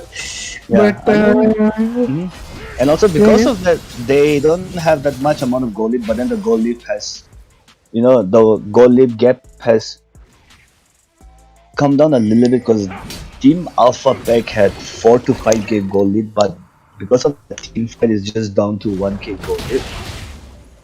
Yep. And Baron seems to be being toyed with at the moment. There's baits going on from both teams. But talk to me about the items. So many black cleavers in this comp. Why? This Wukong with cleaver, there's Garen with cleaver, there's a Pantheon with cleaver, Lee Sin with cleaver. Okay, so Fizz is just gonna 1v1 this Pantheon, and he's gonna come out on top. There's no escape, and top goes the Wizard. And this is what I was saying, like Fizz should know who to ulti and where to ulti, because Pantheon, I'm pretty sure he's not going to be making a stasis. He has the Proto picked up for himself, right? And the Twisted Fed is coming in, he gets the stun, the Fizz is still in the shop, Fizz come out of the shop, he's finally able to flash out, but the damage is there, and TF is going to get the return kill on the Fizz. Yeah, I'm still so surprised, why did she first kill her ability back to TF and Flash? He should have just killed execute the minion into his tower, and he should have like he's just like Aja, mere ko maar de. Like it was just like, come on, kill me if you can. Oh man, this is like a clown fiesta coming up from both of you, but this is really exciting because we don't know we don't know what's gonna come in from both of this side, and the Banshee is making Gargos look strong, but this is a really questionable build. And TF, he has a lot of edges, Leash Band, Fire Cannon, and that magic item is gonna be combined into Rabadon's Dead Cap, so there'll be a lot of damage coming out from the TF. TF Serra going to scale very hard, as you know, Pantheon has already fallen off. Fizz is able to 1v1 him, and now it's going to be seen what the Baron fight will bring, because I think the Baron fight will be the deciding factor for this game. And also, the drag is gonna be up. Where is the timer for the drag? For the It's Elder not Dragon. there yet. It'll take, I think, a minute, 30 seconds. 30 seconds. See, like I knew that they were gonna show it to us. So I was like, yeah, when is it gonna pop up? When is it gonna pop up? Come on, and it was 1 second late. You ask and the dragon delivers. Exactly. So what? I'm Daenerys now. Mother of... Wait, I was gonna say mother of all dragons, father of all dragons. Sorry. Okay, it's going to be a Mountain Elder. I'm surprised the game has gotten this long with only 13 kills on the board, but it's going to be spicy to see this fight happen. Is going to be playing. Senna has scaled quite a bit now. TF is also scaled, might be completing his death cap, but Senna has weird items here. He's gone for the Mana Mew, nice one, and will be going in for, I think, RFC next item. But let's see what happens. Yeah, most probably it's going to be the RFC, and your wish has been granted. There's going to be an explosive team fight. Whoever takes the dragon, I'm pretty sure they're going to be able to close this game out, because we're 18 minutes into the game, and at that time it's going to be so long. And Senna gets caught out. Yep, Senna gets caught in. Wukong is ulting the backline. There's no follow-up coming in. Pantheon Ursine, and he's a little too far. The ult comes in from the Fizz, but Session is there to block it. Pantheon was a little too inside the fans, so Pantheon might be dead. But he gets the Varus and dies. It looks like the tides are turning to the favor of Alpha Pack.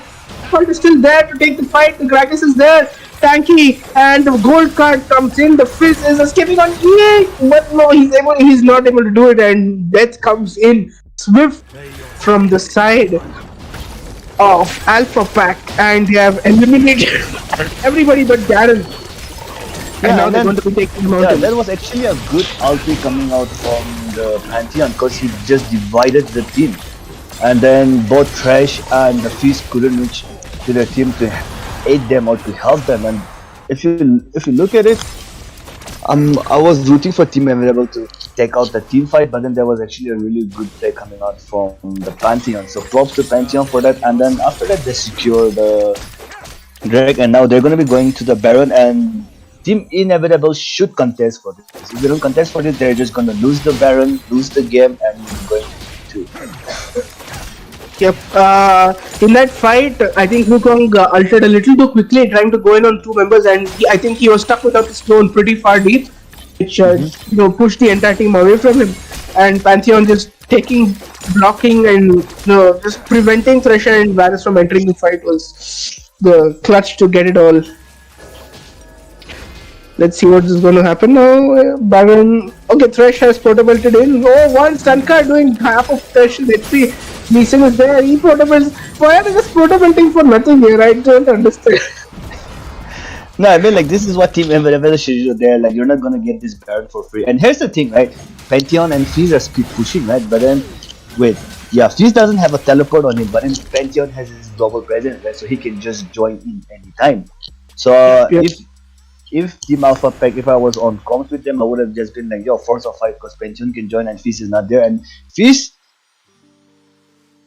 was leading in goal, but now Wukong is in lead. But then, like, Fizz not being there is going to be 4v5, and it was going to be an easy team fight win, plus the Baron and the game. Lee Sin might be in a bit of a pickle here. Ult comes in from Lee Sin. Q lands on the face, was able to cure it to safety, but Lee Sin is at under tower. Wukong is there with the ult, ult is there, but he's going to die. Definitely, he is ulted by the Fizz, and this has been an end from the Lee Sin. Gragas is trying to disengage the enemy team. TF is ulted away, and he is under the enemy tower. This is a tactical hint coming in from Lee Singh.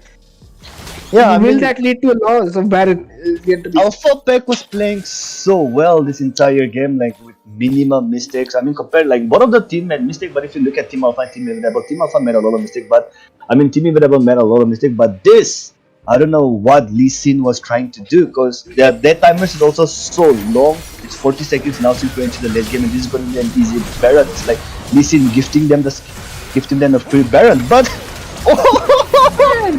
Oh my god!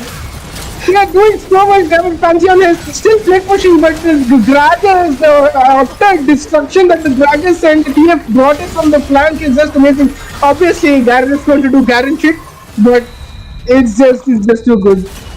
Wow. Pantheon ulting in as well. The Wukong, but Wukong is dead. I was looking at Varus the entire team fight, and Varus, he got destroyed by the Baron. Yeah. Like Senna did one auto attack, and because of that his Iceborne gun was broke, and then he just got destroyed by the Baron. That was so hilarious to watch. But there was really bad positioning coming out from Team Inevitable, and Lee Sin being dead for so long, they were not able to take advantage of them, right? So because of that, I think this is pretty much it. They have the Elder buff, and they have the Baron buff now, and Alpha Pack can just close this game out. Unless Lee Sin or someone ins and throws the game away. Yeah, I don't think that's possible now with the amount of lead they've got. Look at that, 72,000 gold to 66,000, and they have the cloud and the mountain, and that's the elder, right? So they're going to be doing a lot of poke, and they have a lot of shield as well. I think Fizz is useless now at this point of the game. And and then this is late game, and Senna during late game with all the stacks is going to be really scary. And I was so curious about how many stacks Senna has, and I'm really surprised she has only 95 stacks till now. Coming 3 minutes into the game. TF, my god, TF one gold card wiped Varus out of the map. Oh my god, TF is doing damage. Yeah, I mean, if you look at the item, like TF is full build right now, plus they have the Elder buff with them, and also I thought they took the Infernal Drag as well, but my bad. Team Inevitable took it, and this is gonna be tata bye bye to Team Inevitable, and they need to work a lot, like not just Team Inevitable but Team Alpha Pack as well. We're seeing them in game 2. Let's see whether Team Alpha Pack will be able to clutch out a 2-0 victory in best of 3 in the second part of the exhibition match. This game definitely goes over with an MVP to TF.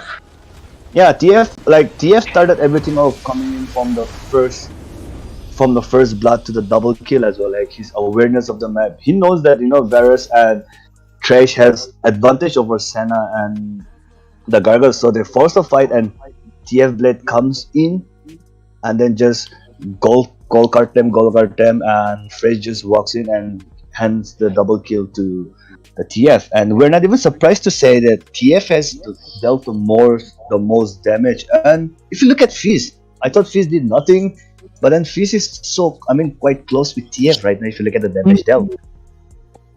Yep. In the end, I think the amount of sustain they had and no anti-heal, very little anti-heal against the Senna, I think worked very well in Alpha Pack's favor.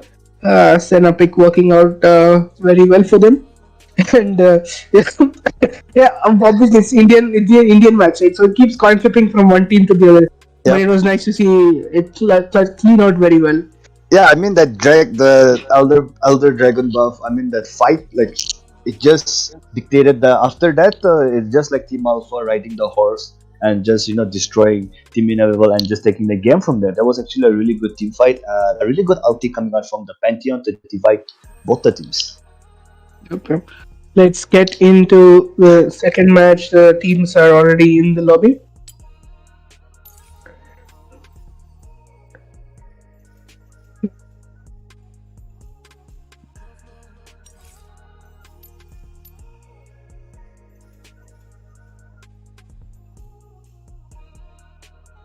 I'm joining. TF was doing so much. Team Patti for the win. Team Patti for the win. As TF is called in some of in meta Indian sir. Team Patti. And also he has his on this thing, right? What do you call his YouTube channel, right? Gaming with Nix. Yeah. Very decent player, very good player actually. He improves. He's improved quite a bit from when he was playing in the T3 team. I don't know which team he was playing. No, he was playing in Alpha Pack only, but they are different members, I think. So I'm expecting a lot in the second match because right now both of the teams have felt each other. Like they're like abhi to pata chal gaya, like how they play, how aggressive they are, right? Because both of them were respecting each other so much. Like both of them respected each other so much, they gave all the space in the world. Mm-hmm. Yep. Just waiting for one more member, and then we will be starting the second part of the series pretty soon. Yeah. And what do you think? Like who came out on top in the previous match? Like was it a mid diff or a bot diff or like there was no? I think it was diff, just but- rotation diff. Mhm. Yeah, TF was able to rotate very well, and I don't think Fizz Yeah. made the most of his gold. Like But somehow it worked out. and then team inevitable like blocked themselves out by banning the Galia, right? Because if Twisted Fate is there, like who's going to be globally present, they pick Pantheon and both Twisted Fate, right? So these two champions, like they can be there anywhere, any time of the day, right? But if you look at Team Inevitable, they had no global presence, so it was all they were always, outnumbered in team fights or whatever it may be. I wanted to see a teleport from the Garen, but he didn't go for it. So yeah. With the size of the wildlife map, teleport is not preferred, and it's just that you can run fast, and Stoneplate is more useful. But we are into game 2, we are into the draft. Tournament draft is going to be happening this time. We have Inevitable on the blue side, and we're going to have Alpha Pack on the red side, and they have re-informed them that set is open for this match. Yeah. Let's see whether they pick it or not. And I'm really surprised not to see Seth getting picked because last match it wasn't banned, right? Correct me if I'm wrong. It was not bad. Yeah, it wasn't banned, and I was really surprised. Or maybe they are not comfortable, or maybe they haven't unlocked the hero. Most probably that might be the reason. Maybe. But even Ezreal, Zed as well, both very broken picks not being played. I don't know. Irelia also very broken in the current situation. I mean, कितना heal and करती है भाई Irelia? My God. in what do you call in ADC right now? I like Caitlyn also. Caitlyn dishes out a lot of damage, and if they have like a really good front line, then she can just lay down her traps and boom boom boom. Like if there's a Caitlyn and if she's a good Caitlyn, then there will be no mobility coming out from the other side. But at the end of the day, they are playing with how they have played together as a team and what champions they're comfortable with, right? Yep. So Jace, Lee Sin and Alistar have been banned already. They're going to be banning the Irelia probably as well. Yeah. Pretty decent standard bans coming out, but that leaves the option of leaving Galio, Ziggs, and maybe Set open for the next part of the Yeah. picks. There's a lot of options available to both the teams right now, and I like the fact that they banned out Lee Sin, because Lee Sin is that one jungle hero which I hate to the core. Like, he never goes out of meta. Even if you look at, the PC version as well, or even in Wild Rift, like he can do so much, right?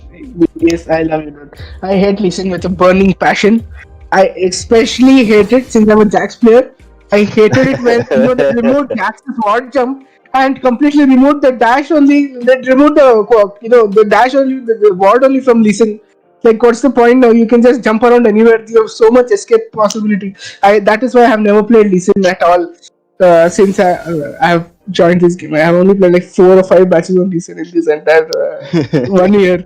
I hate the champ so much. But this leaves to Ziggs. I mean, they banned Galio and Ziggs, but yeah, they left a lot of cancer Indian picks open. Let's see what they pick. Yeah. Like AP Warx, he shot a really good match with Pantheon, and he's been hovering the Timo. Like I really want him to pick Timo. Like it'll be really fun. And the Twisted Fate gets picked up there. Like we have seen what you did with the Twisted Fate. We're not gonna give it to you. Or maybe he's like, yo, I'm gonna show you how to actually dominate. Cause even Finally, gaming, Ezreal? yeah, even Yes. gaming. Oh, Your wish has been granted. Ezreal Yes. has been locked in, and they have taken away the Braum as well, right? Because Braum is like a really good counter to Ezreal, like including Yasuo. I mean, like Yasuo or Braum, like they can block any Windwall. project. Yeah, I mean they can block any projectile that is coming their way, right? So taking away the bomb for them, that's a really good pick. Yep, definitely. But on the topic of blocking projectiles, Zinza blocks Ezreal.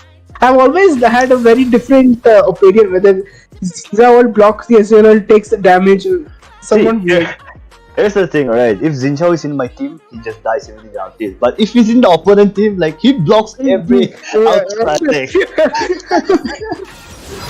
True. Definitely, that definitely happens all the time. But the chats, the Battle of the Ages, Bruiser Challenge, Karen versus Darius. What do you feel? For me, I'm gonna put my money on Darius because depending, like, see, Garen, what, the only thing you can do is just come, silence, and spin, right? But then, like, we have seen Bishi streaming, and we know that Bishi is really good with Darius, right? And we have seen Bishi dominating with Darius against every Garen out there, right? Yep. And it's just not him, but then the champion got set itself. Because there's so much stuff that Darius can just shut down a Garen, so my money is gonna be on the Darius. I think if Darius gets one kill in lane, the lane is over for Garen. But if Garen gets a kill, it's still, there's an option for Darius to get back. Because it always depends on what build up Garen is going, irrespective of what Darius is going. I think Darius always needs to build the Triforce or the Cleaver or the Deadmans. But Garen can go anything. Like, if he goes the Sunfire and all, it's easier for Darius to get 5 stacks and kill him. Yeah. But if he goes the Cleaver Weaver, I think it's a little bit hard. Yeah, but then here's the thing, right? Darius is really good till early to mid game, like in my opinion, against Garen. Not against all the champions, but then against the Garen. But then if you go into the late game, then Garen skills better than Darius. Do you agree with me on that? Yep, definitely. Will they lock in? Oh, and the then set? Will they lock in? The Lee Sin, like his Lee Sin has been banned out, so he is thinking about they're gonna go for the early the Corki. Oh, the Yasuo! Please, now lock in the Yasuo. Thank you so much. Nice. Finally, we'll be seeing some Yasuo play. Kuma is the hardcore Yasuo main. Yeah, like So me, I think he's very excited to see Yasuo. Yeah, I'm really excited to see Yasuo because Yasuo can do so much in, like, even if you don't know how to play the champion, right? I'm just telling you, if you just dash and dash and dash, it looks so cool. Like, and then he's the only champion in the game where, you can die with style. And there are so many things that he can do. So I'm really excited to see what kind of Yasuo player he is. I hope he's not the inting Yasuo like me, because generally I int most of the time, most of my matches. Even you play with me sometimes. But then here's the thing, right? Yasuo power spikes at 0-10.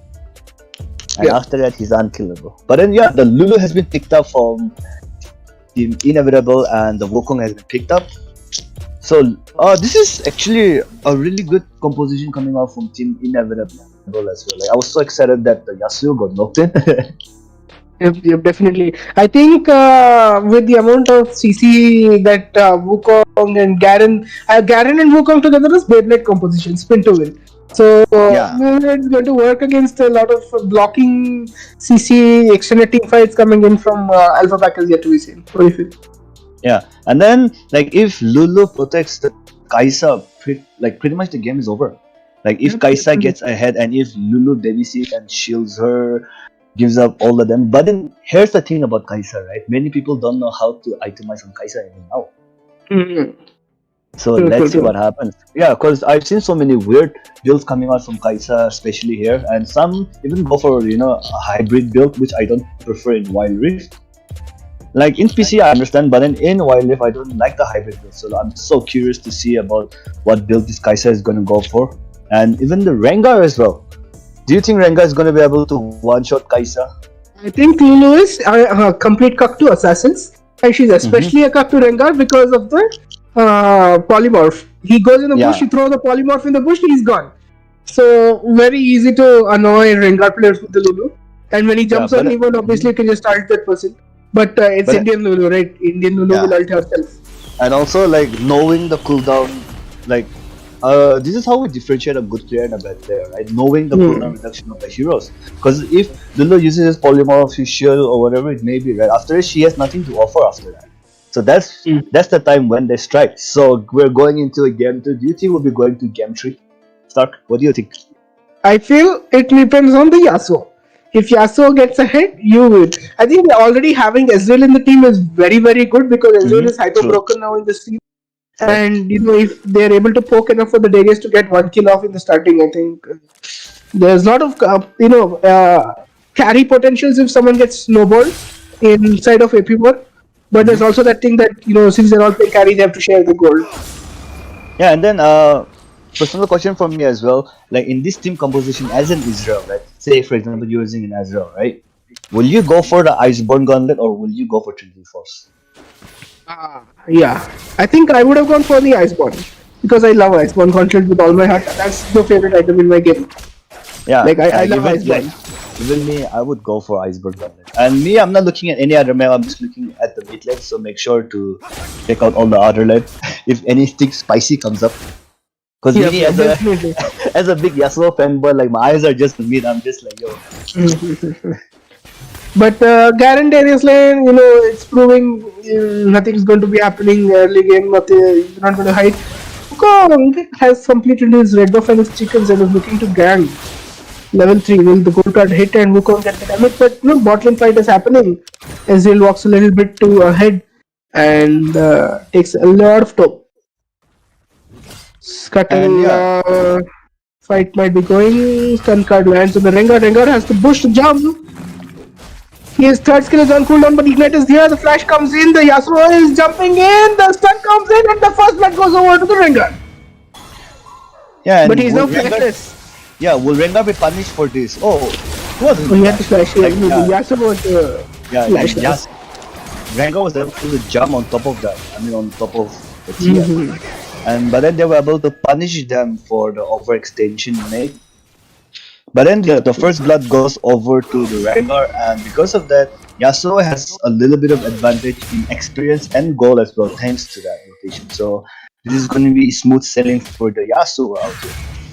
Yep. 4 stacks on the Lulu with the Braum. The damage is coming in. One more. Left to do the damage. One more. Stun also locks in on. The Kaisa flashed in, gets the kill on the Braum. The both barriers have been popped, but this makes a 2v1.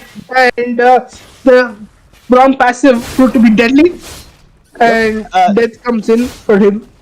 And finally, our wish has been answered. Like 2 minutes into the fight, we have both 2 on both the scoreboard for both the teams. Like this is what we were expecting, and this is what we're getting. So let's go. This is game on. Yep. We can see that Darius also had a fight in the Baron lane and wins over the Garen, gets the kill on the Garen. So that also happened. As Baron lane is an island, you just have to ignore it sometimes. Yeah. Lane guy coming in from the Rengar. Let's see. Fight might be going on the Rengar jumping in on the Garen. Sun is there, 4 stacks, 5 stacks is going to happen. Drops in, knocks in, destroys the Garen. 2 kills already in the Baron lane to Darius. Yeah, and this is looking really pretty bad for Garen because like we discussed earlier, if Darius gets ahead, then there is no stopping. And even the ulti comes in and Rengar goes in to take the honeycomb. Yeah, he entered, like there was no need for him to go and take the honeycomb. He could have just backed off. Or maybe he is like, yo, I just don't want to TP back to this and just kill me. I'm just gonna collect the gold and go. He wants to remove Wukong for Dragon. Yeah, but then, yeah. And Wukong has 2 kills on his scoreboard right now, and then he's gonna go. Oh, wait, he hasn't finished his Black Cleaver. No, And there's gonna be a first dragon. So, what do you think is gonna happen? Are they gonna go for the Rift or are they gonna go for the Dragon? I think AP is going for the Rift. Looks like it. Rengar's already in position. You want to go for the Rift? I think Inevitable is not yet made up their mind what they want to do. But if they wait another 10 seconds, I think the Rift is gone. Okay, they're going in for the Dragon. Yeah, They're taking the Dragon and Rift. yeah, this is going to be an exchange coming on from both the teams, and Steal? No, steal doesn't happen. Braum is in a bit of a pickle. yeah. But then Braum, he tried his best. Like, and if you guys are not familiar, Braum's W is so busted. Like, it's like having a flash if a nearby ally is nearby. So he just went out, dished the damage, throw his ultimate, and just hey, Ezreal, come and pick me up, and they just left him. Yep. They got the dragon, but seem to be getting some plates as well in the middle, and two plates has been down. Trigar has used his ult. He's walking in with a lot of fury. Let's see whether he's able to be jumping in and getting the kill. He's in the bush. They're in the bush. Teams is in the bush. Jump flash flashes have already gone in. The Fog is there to help out the team. Whether they're going to get a kill as well, take the kill. The kill goes over to the red buff of Wukong. They're already stuck in the fight. Wukong is going to have a lot of issues. And Yasuo gets another kill here. Darius is rotated away from the barrier to here. They have no Yeah, good patching. They're going to be using it and mid. things are looking so bad for Team Inevitable right now. Because if you look at Alpha Pack, like they haven't used the Rift, but they got the first turret. And if they use the Rift, this is going to be two, and this is going to be two outer turrets going into Team Alpha. Okay, so Yasuo decide. trolled. Yasuo trolled. I think Darius got the apprehend and Yasuo didn't ult on the airborne. They could have gotten the Garen kill. I hate it when this happens. When we're playing Yeah, Darius and a hook and Yasuo doesn't ult them. and I'm really curious to see what Yasuo is. He's using Conqueror, but I want to know like, is he going for Triumphant or is he going for Brute Force? Because Brute Force has been nerfed, right? We don't get the penetration right Penetration, now. yeah. Yeah, and Triumph is really good on Yasuo right now. If you're the kind of a player who just wants to go and get ham, because if you're able to kill one, then the health bonus that you get in return, right? It's really really good. Hmm. Okay. Okay, we can see items are being completed for both both teams. Iceborne completed on Brom. Solari on Yasuo. Cleaver on both Garen and Darius. And Yeah. Triforce on Oh, Ezreal. I like this Israel ka item build, like how this strategy they're using it. Instead of finishing the Manumune, they were ahead by so much. He just opted to go for 3 and he's gonna be doing a lot of damage. Yep. Fight happening in the middle lane. The Darius comes in with the hook. Yasuo arts this time, but I think the damage is already taken down. Death in the game. Garen not having a good game. Already 3 deaths into the game. Yeah, and they can just snowball from here. Like their Alpha pack has 24 gold lead right now, and they are in the driving seat and they're just cruising it out. I mean, they're just riding it out. Definitely. Ezreal getting some free plating in the bot lane as well. 3 kills, 3-1 on Darius, very ahead. Yasuo's also not tied games. So it's a pretty good for both. I mean, Alpha is in a very good spot. Rengar's ulting in, maybe he's going to Lulu. Let's see whether we're going to be achieving the tower dive. Okay, he just cancels it for some reason. Yeah, and then like Tower is soon to fall. this will be a free turret coming out, and I'm not so sure whether they'll be able to take in the second turret. And in the top lane, as you can see, they're able to kill the Darius. There was a beautiful knife edge coming in, but then do you think it's worth it to exchange a second outer turret for a kill? Definitely not. Braum ult is coming in. They're going to get the turret. Ult is already gone.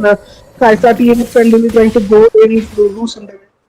Yeah, they're going to be losing the turret too as well.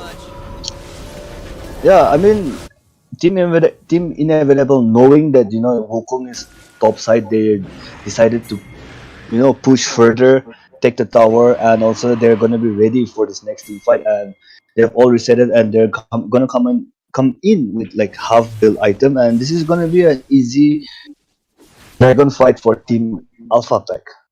Yep, definitely. Rengar has completed 2 items now. He's so ahead compared to the Wukong.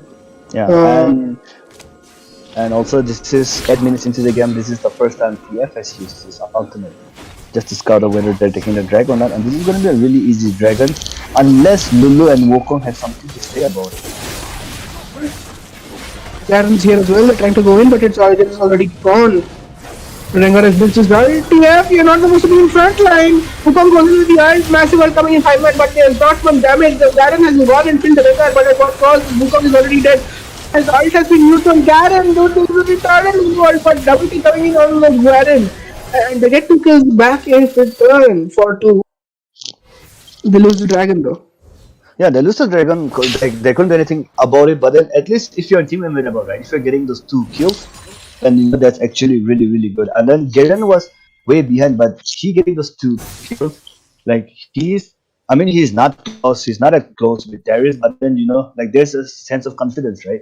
like, yo, I can do this. But then there was a very questionable ult coming out from Lulu. Instead of ulting the TF or the Kai'Sa, he decided to ulti the Garen.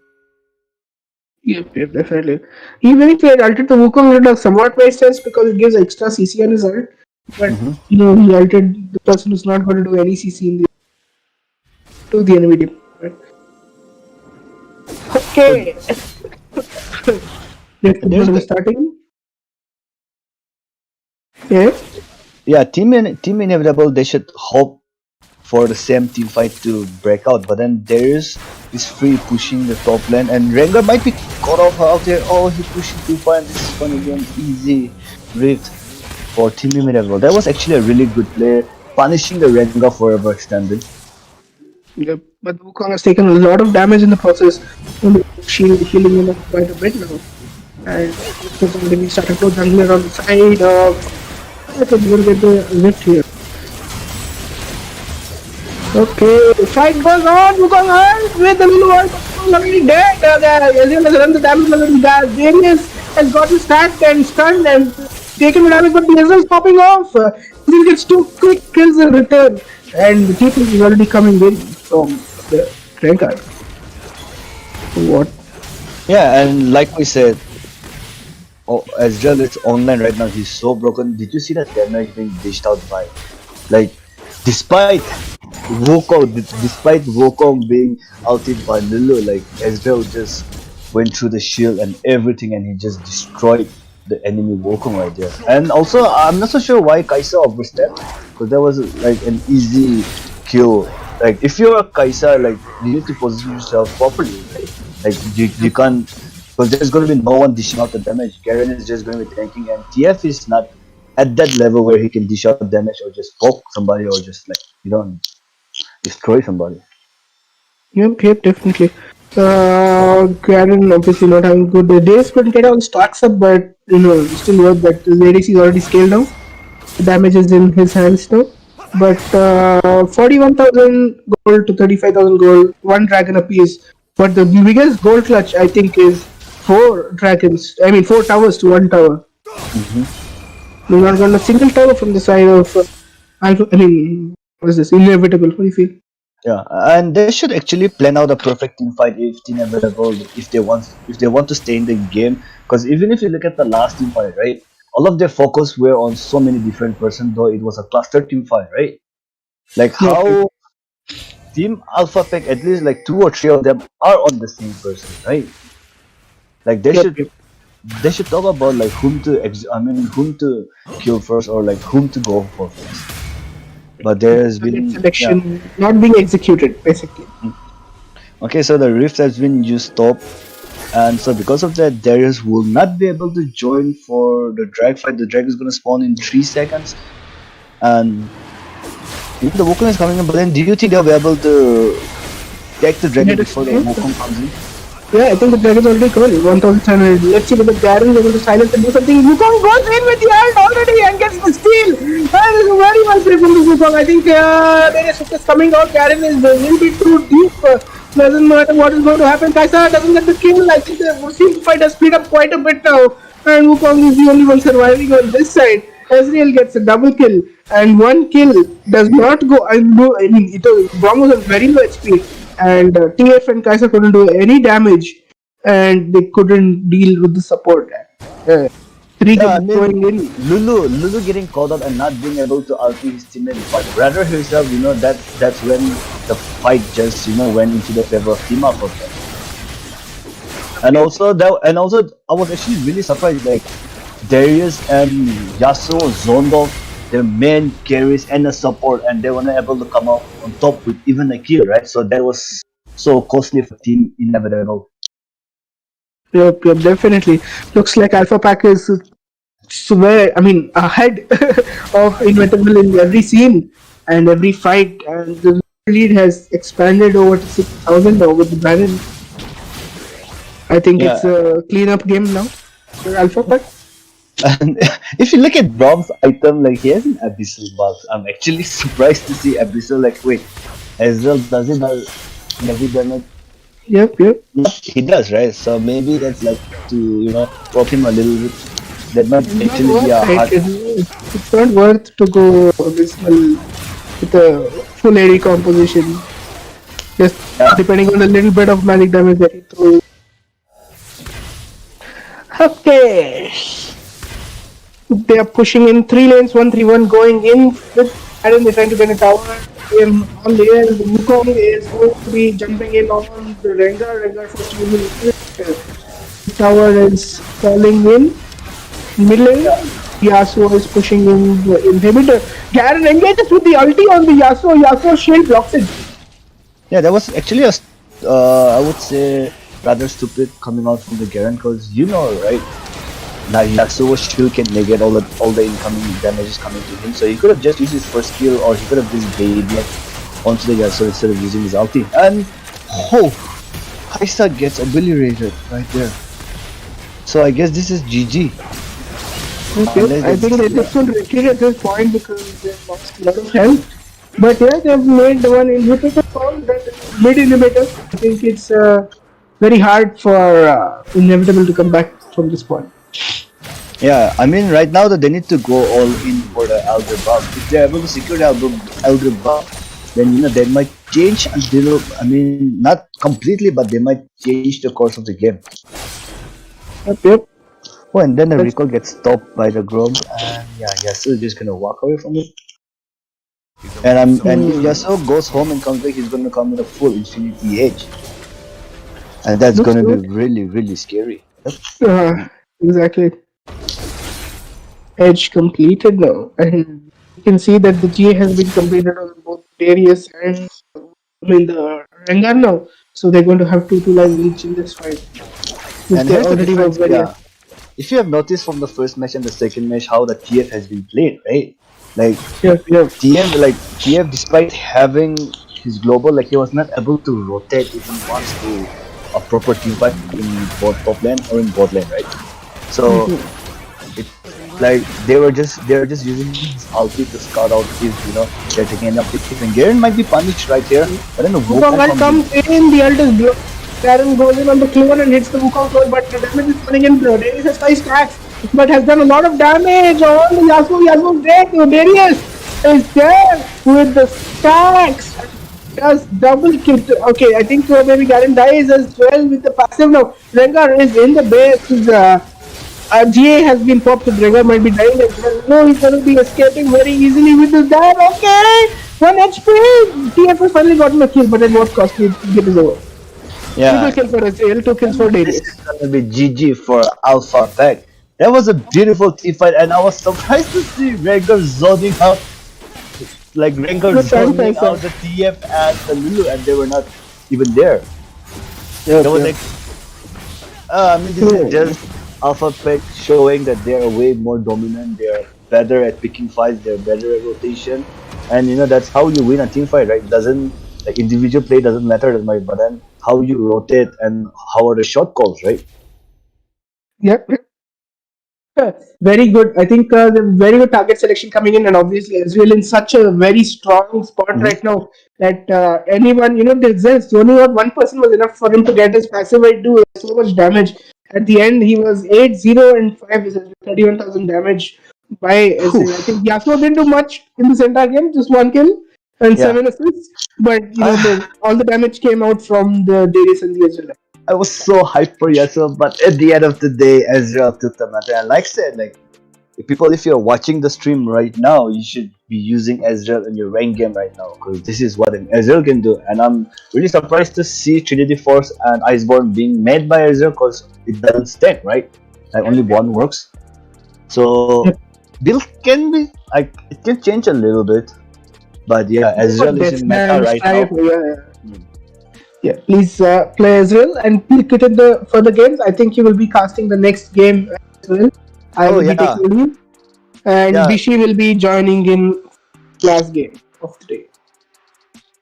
Thank you so much, Stark, for joining us, and he'll be taking his leave. So everybody say bye to Stark, and Bishi is going to be jumping in, and we're just going to take a few minutes of break before we come into the next game. So congratulations again to Team Alpha Pack for this first show of dominance on this match, and we'll see you again in some time. Yep. Nice to be casting back Indian Wild Rift.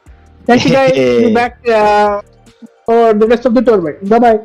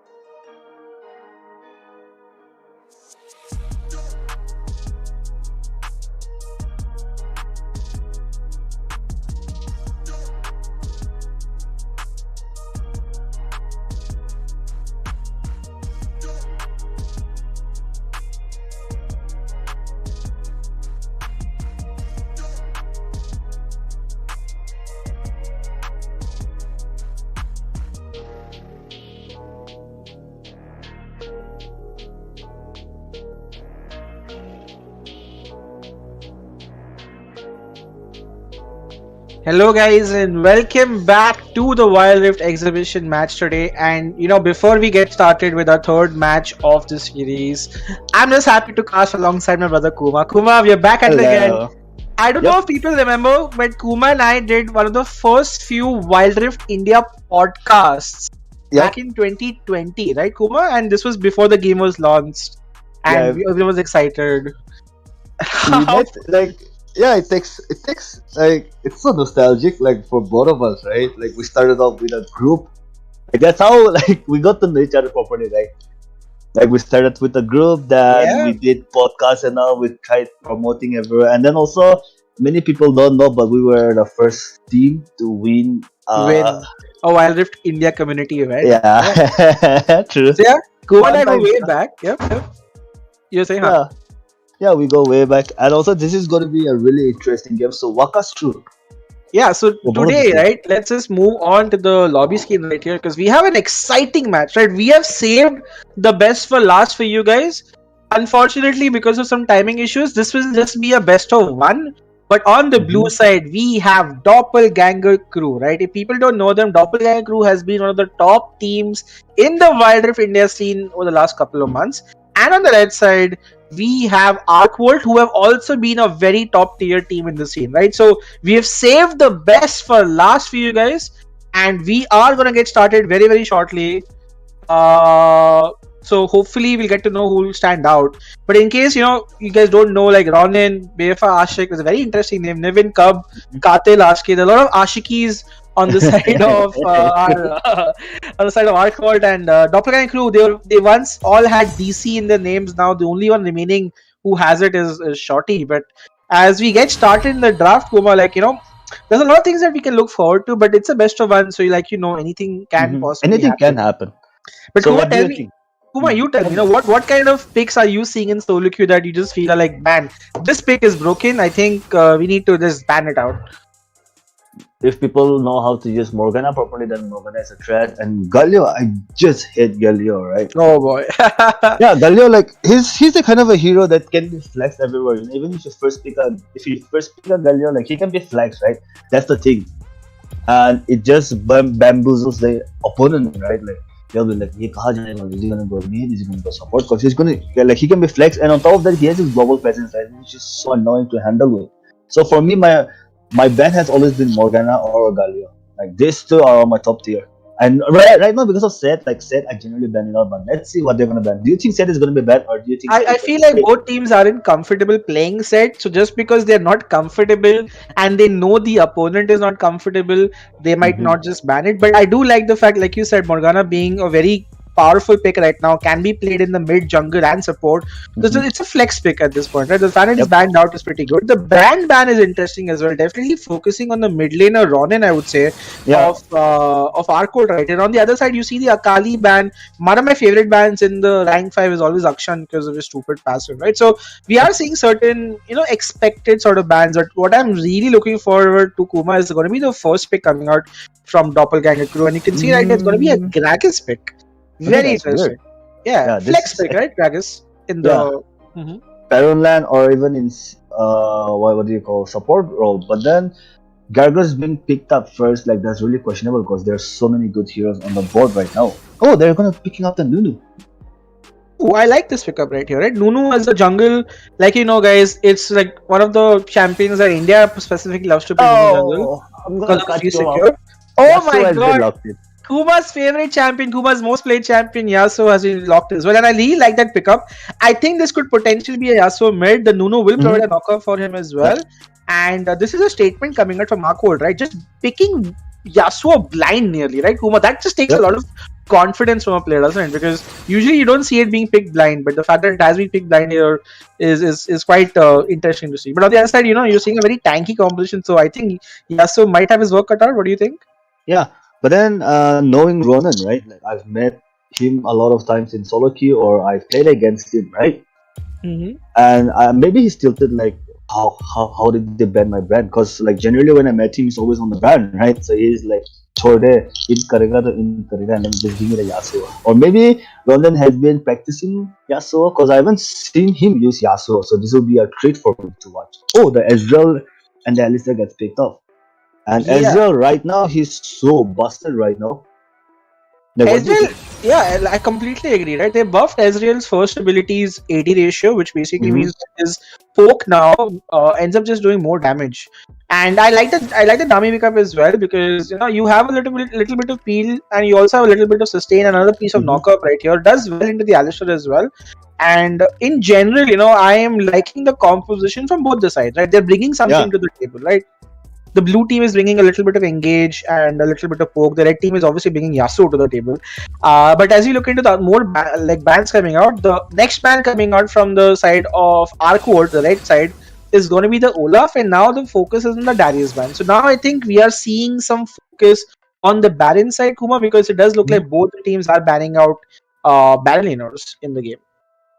Yeah, and then like Olaf getting banned, like that's was a necessary ban because if you're using a Yasuo, right, having to face an Olaf, and also they have a Nami and a Nunu, right? So like Olaf, if you just ulti, then he'll just negate all of the damage, all of the CC, and he'll just go in ham and just kill off. Okay, wait, is this gonna be a Yasuo ATC? Correct me if I'm This wrong. could potentially be a bot lane because you did say Niven is the one picked. Niven is the bot lane marksman for Awkward right here.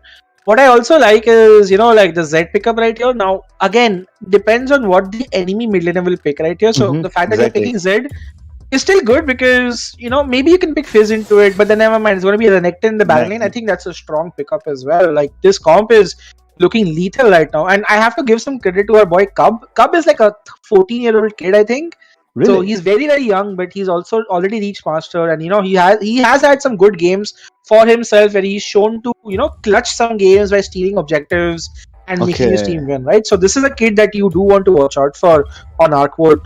And on the blue side, our Kuma, now they have to round off their composition. This is looking like it's going to be a Gragas, maybe mid or top because the Zinza has been picked. Yeah, and then on top of that, I'm pretty sure they're just hovering Timo for the meme because I'm pretty sure they're not gonna be locking in the Timo, right? What do you think? I, Like I that Timo's doubt, gonna be I locked in? doubt, I doubt it's a team. I mean, it's Yeah. an exhibition game. People can still play what they feel like, but that's just going to be a Vigar in a response to the Yasuo mid.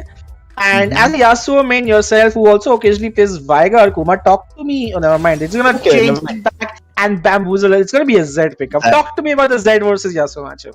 See, honestly, for me, right, I prefer being on Yasuo's side instead of the Z. Because see, at the end of the day, you should just wait for him to till level 3 you can harass properly, plus with the wind wall coming out from Yasuo and the shield, right, he can negate a lot of damage coming out from the Z. Plus even if Z has his thunder electrocute, right, sorry, like although this it was known as thunder lord or something like that, right, instead of electrocute. Yeah, so once he ultis, right, if you have the knockup ready, then you're just gonna get ulted by Yasuo. You get what I'm saying? Like if you put Yeah, on the yep. dead mark, yeah. But then at the end of the day, it all depends upon how they're going to trade and how they're going to exchange the trades. Because early game, I mean, going into the early game, like Yasuo is going to be throwing out his shurikens and all, and you just have to dodge that. Yeah, and that's that. There you have it. Both the teams have very primarily AD heavy compositions, except for the Gragas. But I think the Gragas also might just go Rod of Ages into tank. Yep. So primarily AD heavy compositions. I would not say one team is favored over the other. I feel both the teams have the right tools, and then this is what you expect from some of the better teams, some of the teams that have proven themselves up to be a good team, and now we are seeing them in front of us. Remember, it's Doppelganger Crew on the blue side and Arkwood on the red side. Let us know who you think is going to win this best of one series, by the way. And also, while we're at it, guys, we're just 3 likes away. We're 3 likes short of 100 likes. If you are enjoying this Wild Rift content and this stream and our casting, I would love it कि आप थोड़ा सा like sleep कर सकते हैं. We're looking to just have a very exciting announcement. So make sure after the game starts, you do not go anywhere because we have a very exciting announcement coming up. So do not go anywhere. Now loading scene has already started. I like the Nami skins as well. And talk to me about the early game, Kuma, because we have to look at the jungle pathing, right? We have to look at where Zinzao is looking to gank and where Nunu is looking to gank.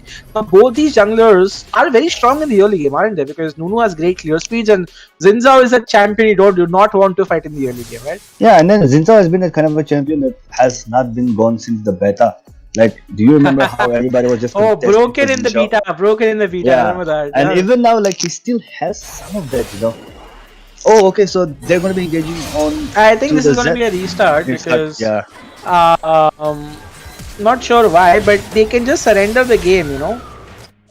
There you go. That's Hey, just what I like yeah. about. Thank God for surrenders in 1 minute. Whew. By the way, a big shout out to Big Boss for his 100 rupees super chat. Wild Rift for the win. Wild Rift for the win, buddy. Thank you so much for your super chat. Prime Sword, if you're on chat, can you just make the lobby again? Actually, I'll only make it. I actually like this new update that came. Like we can surrender within a minute, right? I don't know if the enemy is in my list though. Uh, can anyone invite enemy also? Yeah, yeah. They're here. They're here. They're here. Everyone's here. Okay, everyone's here. Sorry for the small delay. We don't know Yeah, we what just are happened. checking. We'll just check quickly. Might have just been some ping issues or something. Okay, VPN issues mostly. Oh, oh yeah. Generally, we're used to playing with VPN, right? And also because of that, like so many people like get really bad ping. Like if, especially for me, right, playing from Northeast, right? Yeah, Like if the VPN is on, then the ping is just horrible. Like we're playing under what 110 to 120 ms, but if the VPN is on, then it's like 200 or 300, and then the slow is so irritating. Like it just tilts you, it just gets to your head. absolutely. So this is going to be the same pick coming out from both the teams. And what do you think about the Gargus and the Renekton matchup? Because I I'm feel sure. like I feel that Renekton is. I mean, like you asked, you know, like Renekton, in my opinion, wins that matchup once he gets Blade of the Ruin King. The Gragas, however, does not lose badly, and the Gragas can have more utility in team fights if he chooses to play it right.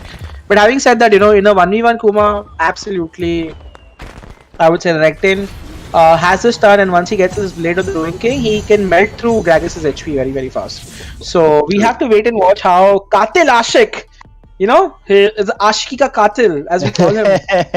Can he you know make Renekton? Can he make his Gragas a Katil as well? We'll have to find out. But DC Shot, you know, I've played against this guy a little bit. I think he's an experienced dude. He also has like aftershock with him as well, right? So that just makes him a little more tanky in the early trades as well.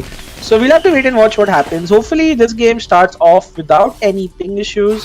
And by the way, guys, please make sure that you guys are watching the stream right here and supporting the stream as well. Let's get to 50 watching as well, because we have an exciting announcement for you guys towards the end of the stream that, you know, we will be making very shortly. And the end of the stream is just after this game ends. Now, looking at how both the teams have started, it does look like we are good to go, guys. There is no other delay. So let's get started, Kuma. And, you know, we were talking about the early game and how Zen Zhao has been broken since beta.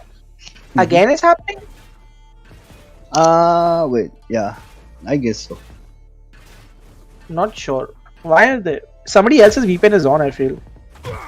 Yeah, most probably because of that. But then, thanks to Riot for providing us with a 1 minute surrender. So it's gonna. So practically, it's like 1-1 right now. So this is gonna be a really exciting best of 3.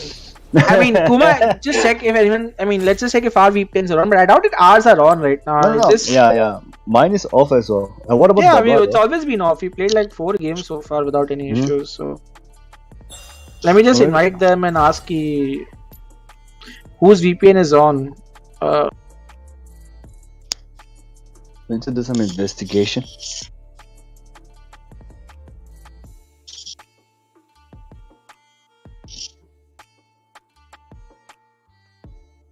Let me just check with them.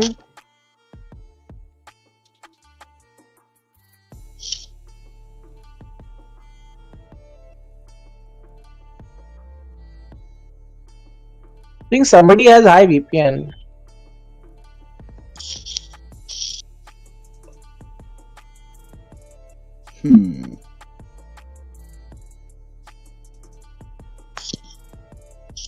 By the way, the team DC, it still exists, right?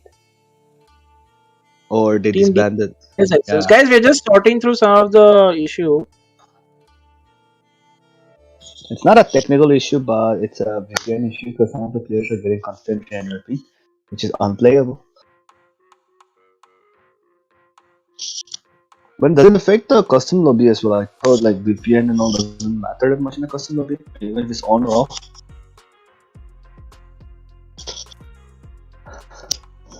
Yeah, I mean, it's hard to identify who has it on. I'm gonna leave the party and give host to somebody else. One sec.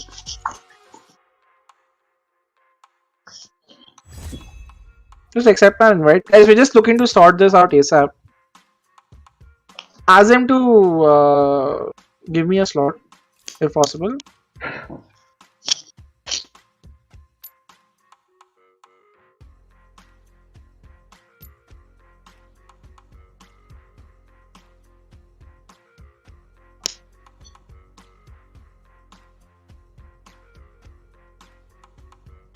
Come on. Kuma, is that come on? Okay. Yeah, I'm there. I am there.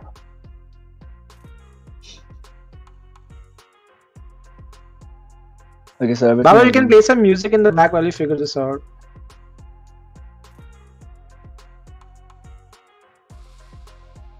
Nice.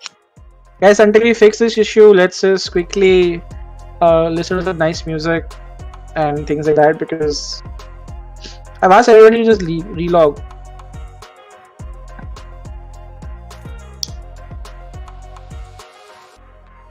I'll make a new lobby.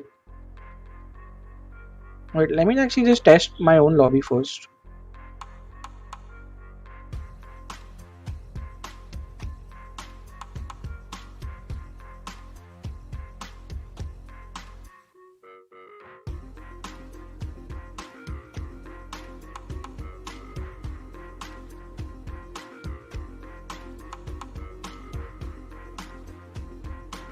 So we are trying to fix the lobby issue, guys, by making sure that everyone has playable ping. If everyone has 300 ping, that means something is off.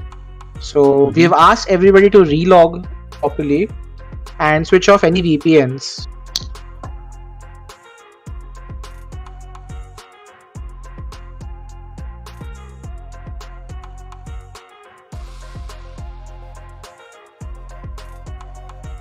But why am I getting 225 ms? Oh wait, you're getting... Yeah, I don't know why. This Wait, for let me- all of us though. No, I don't know. Did they just fuck up Indian server or whatever? While going live, I don't think they would. Alright. Let me just fix this up quickly.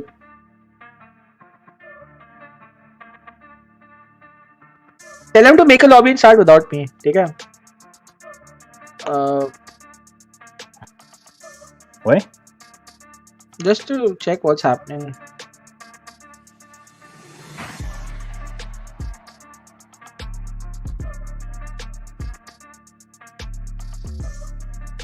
Baba, you make the lobby, no, and invite everybody. I'll cast into this.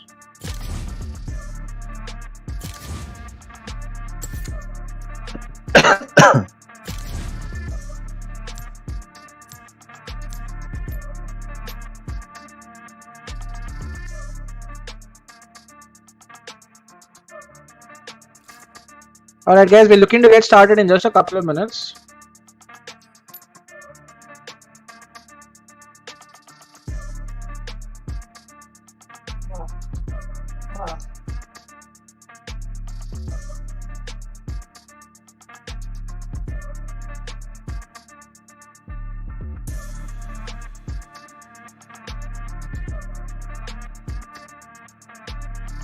Yeah, start. I'm not there. Yeah, now I'm there.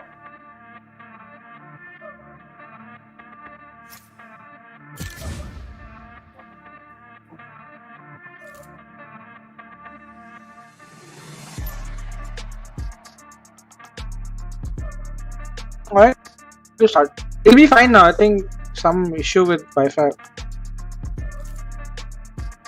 Ask them if they're ready. Kuma also get in the lobby.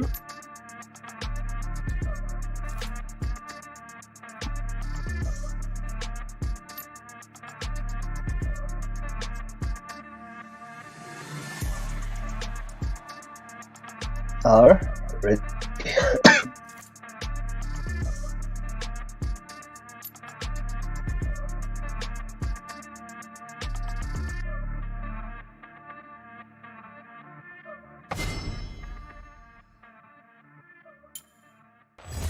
Alright, guys, we're giving.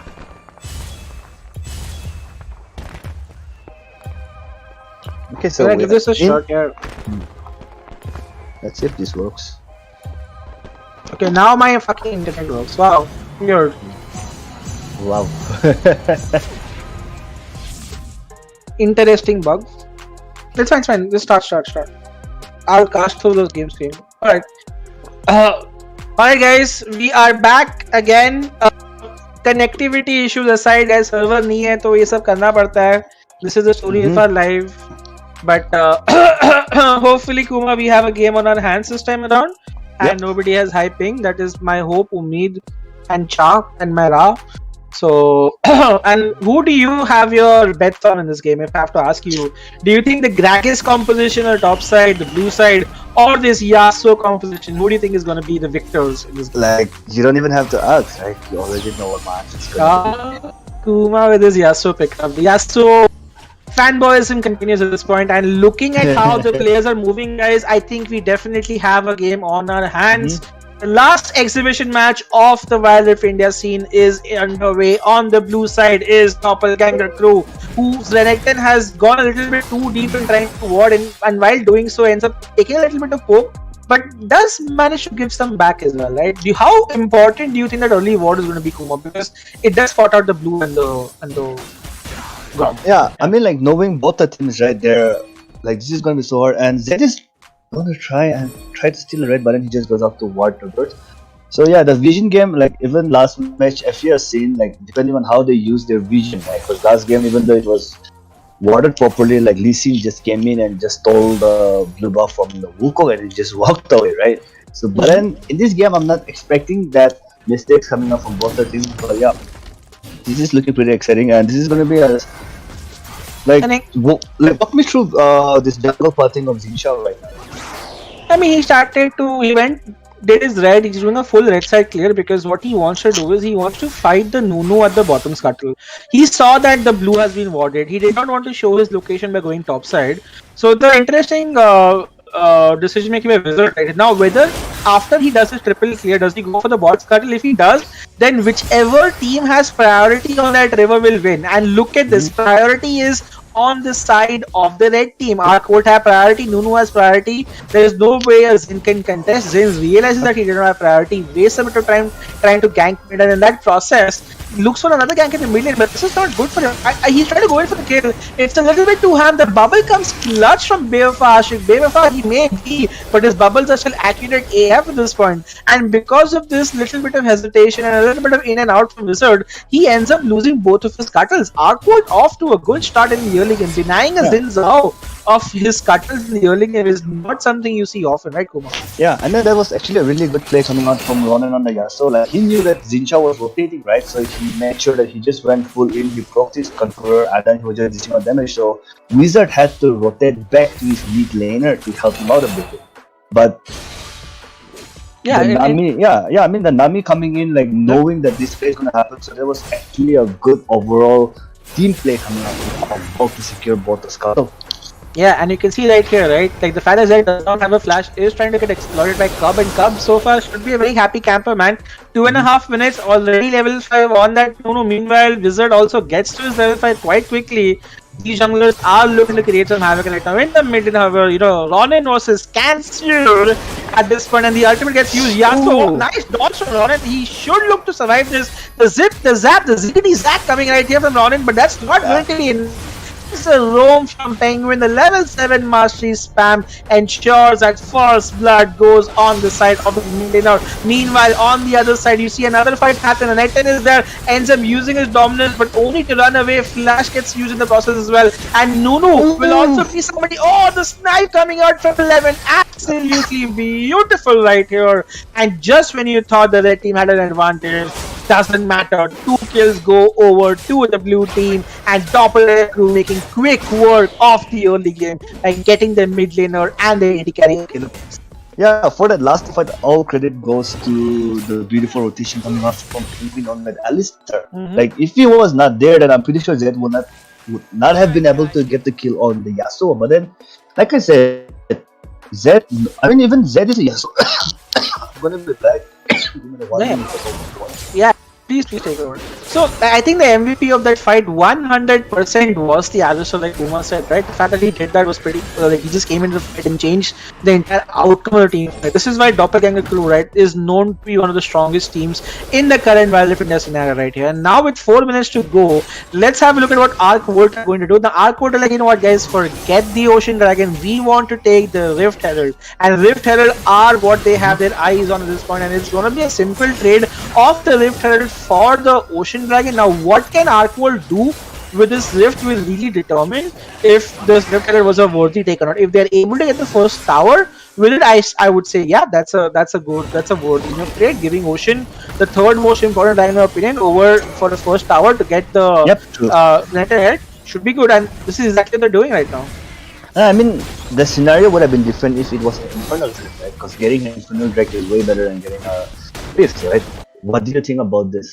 Because I mean, I like the fact that the Herald trade was done, but I also like the fact that DC were like, you know what, you get the first tower, fine, but we will instantly get the first second tower of the game. So I feel like when all was said and done, the Ocean Dragon's value will be a little more useful, and yeah, you get your return head and you get a little plating here and there, and you are a little bit ahead in gold. Still a too close a game to call in my opinion, but definitely I love the fact that trades are happening from an objective standpoint, and this is what you see from good teams, right? Good teams, if one objective gets taken, they always get the other objective back on the table for them, and this is exactly what we're seeing right now.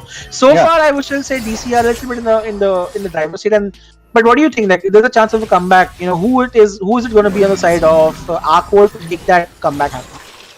I mean, in terms of Arc World, if they funnel the goal into the Xayah, like coming into the late game goals, Xayah is going to be dishing out a lot of damage, and even Zed, like Zed is the kind of a champion that can do anything. Xayah, if Xayah has her ultimate up, right? She's just going to use her ulti. They're just going to exchange ulti for an ulti, right? And Xayah dishes out a lot of damage.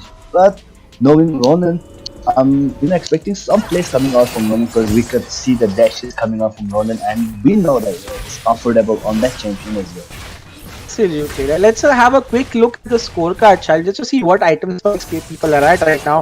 The Netton has opted for a black cleaver, which I feel you don't go that against a Gragas, you go Blade of the Ruin King to completely win the 1v1 trades, but regardless, he's gone for it, so yeah, but everyone has one item a piece on both the teams right now, so they are looking quite close in terms of item disparity, and the marksmans have moved to the mid lane.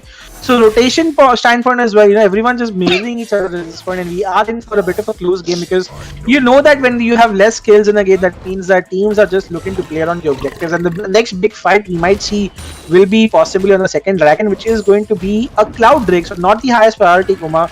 Do you reckon Arc World will leave the second dragon and again go for the second herald for themselves? I mean, Arc World, like, they have already lost one dragon, right? And losing another dragon, because at the end of the day, coming into the later stages of the game, like dragon, like the small points, it matters a lot, like small contribution of your dragon secured. But then, let's see what they opt to do, because if I was Arc World, then I would suggest our team just to go for the dragon instead of the herald, because at the moment, both, I mean, the outer turret on the blue side is gone and outer turret on the both side is gone, right? So first tower priority is no longer there. So I would prefer my team to go for the dragon instead of the herald. Absolutely. I mean, here right now, Cloud Dragon could be in use for teams that want to roam, especially the Alistar and the Zinzao can benefit a lot out of it as well. The Gragas has opted for a pure magic damage build. He is going to go for a lot of H's. He might just potentially go for the Leandry or a Morello Nomicon for the second item as well. And now, with around a minute or two to go, you know, you've seen Wizard, he's already built his Stone Plate, so you know he's going to be the front line for his team right here. But can they get the Yasuo, right? I feel like Kuma, it's all about if they can pick the Yasuo off. If they're able to pick the Yasuo off, then I don't see a world where Arc World wins, right? So this is really going to be on Ronin to make it or break it for his team, right? If he managed to get a good ultimate for himself, then yes, there is a world where, you know, Core completely dominates this team fight, but he has to be the one who has to be careful. Now he does have a Solari charge bit completed, so he does have some power spikes in the early game, but Dragon's spawning in 10 seconds. We'll have to wait and see what happens, and finally, you can see, you know, some trades coming out from the Renekton as well. He is going for the second item Blade of the Ruin King, but instantly, as soon as the objective started, Kuma, they have gone for it. They've gone for the Herald. Yeah, they've gone for the Herald, and there's going to be a huge team fight. Oh, the response is there, however, and Club might have been a little bit too eager in that Herald, because while his team, when the enemy was not there, his own team was not there. And again, a great fight happening, and Kate lastly on the Renekton, Dominus doing a lot of damage, and Ronin should look to clear this up. Double kill goes over to the Renekton right here. Renekton, the flashes being expunged for the Ezreal level. Like, you know what, guys? I mean, I'm not that easy to kill as this one, and look at the damage coming out from the Ezreal himself. Now, note that the Herald does go over to the red side team, so the Renekton is able to get that, but Cancer on the other side is able to get on a tower, and he will have to run away here at this point, or does he have enough damage? He'll have to wait and watch. It's not going to be enough. That's going to be another kill slain. He gets a tower for it though, so might as well have been worth it for this point, but a lot of objective trades. Herald goes, 2-3 kills go on the side of the red team, and now red team lose a tower, but they get the Z, and now red team will also get the dragon for themselves. Yeah, this is a huge win for Argwol, and like I said, like the Yasuo is going to be key to the team fight. And in that previous team fight, I'm not so like I thought Team Argwol was going to lose that because they just lost their new instantly right before the match even started. But then Ronan and Ashiki, I mean Qatil,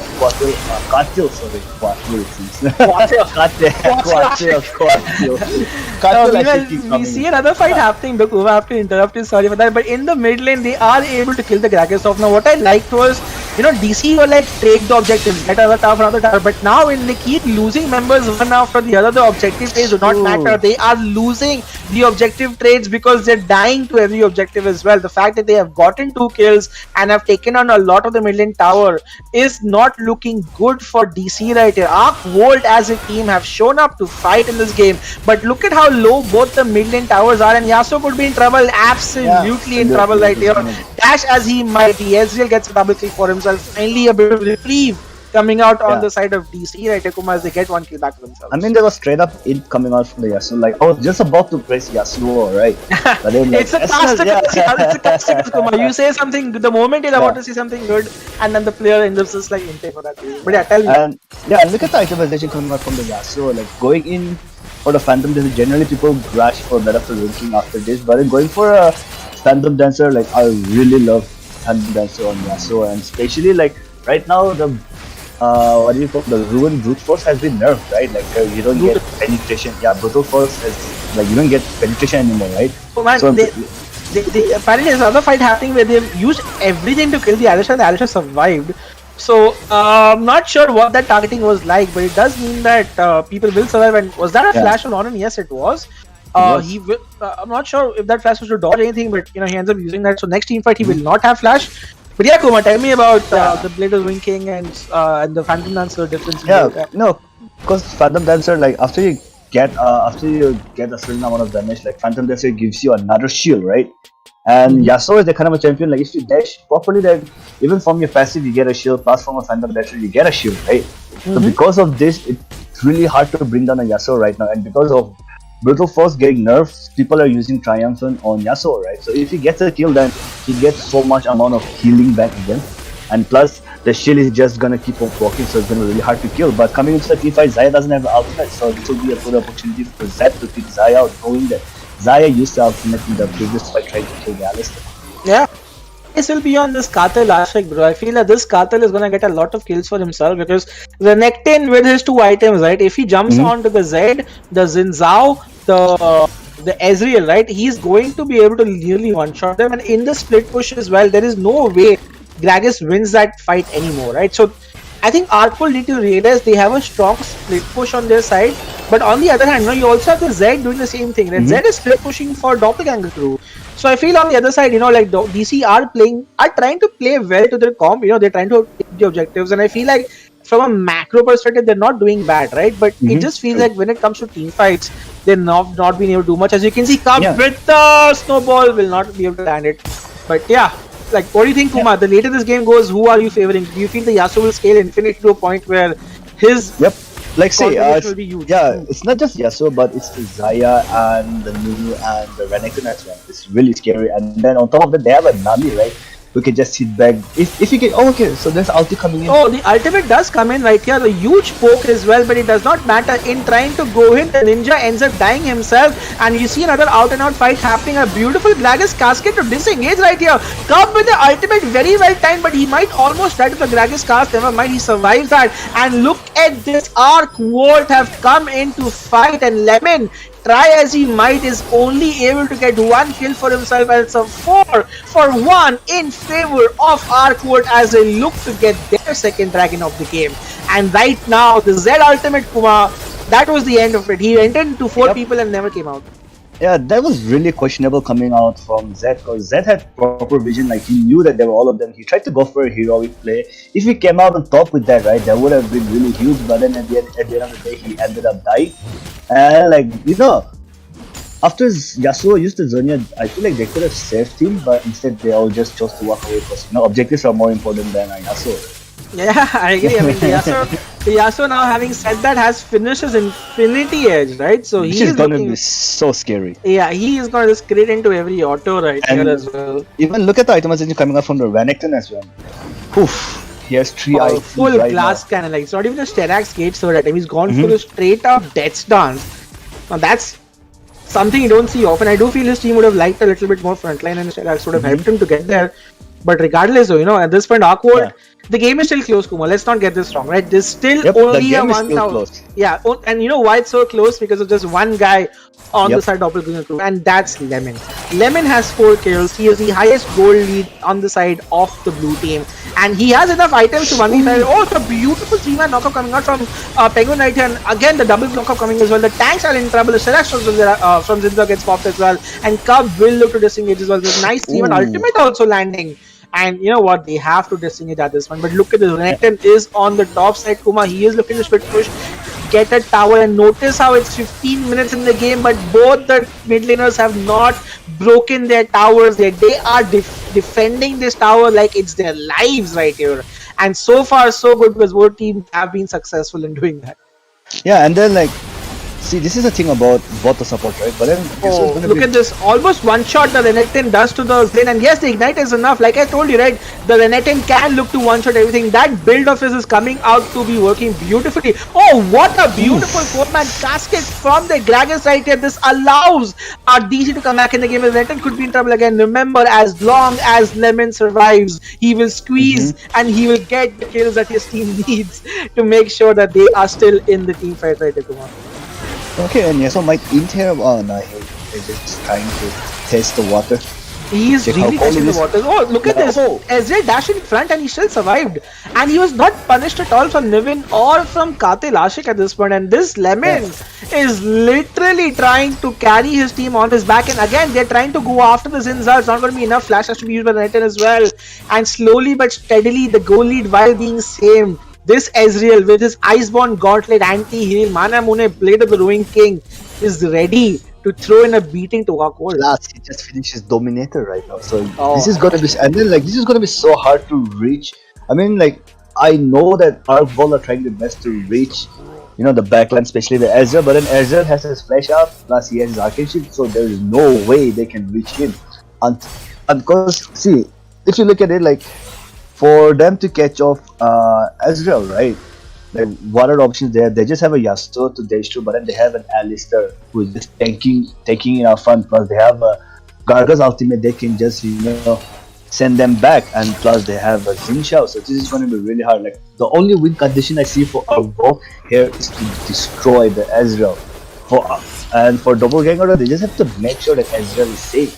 Like if Ezreal is untouched, then Ezreal is going to be dishing a lot of damage, and you know that's going to lead them to victory. But then knowing our balls, they have a Saya, they have a Yasuo, but other than that, they have a support hero called Nami, which is really good for disengaging and engaging. Right? Like if she's able to land her bubble on like 3 or 2 of them, and if Yasuo is able to follow up with that ultimate, could be in trouble. Yeah.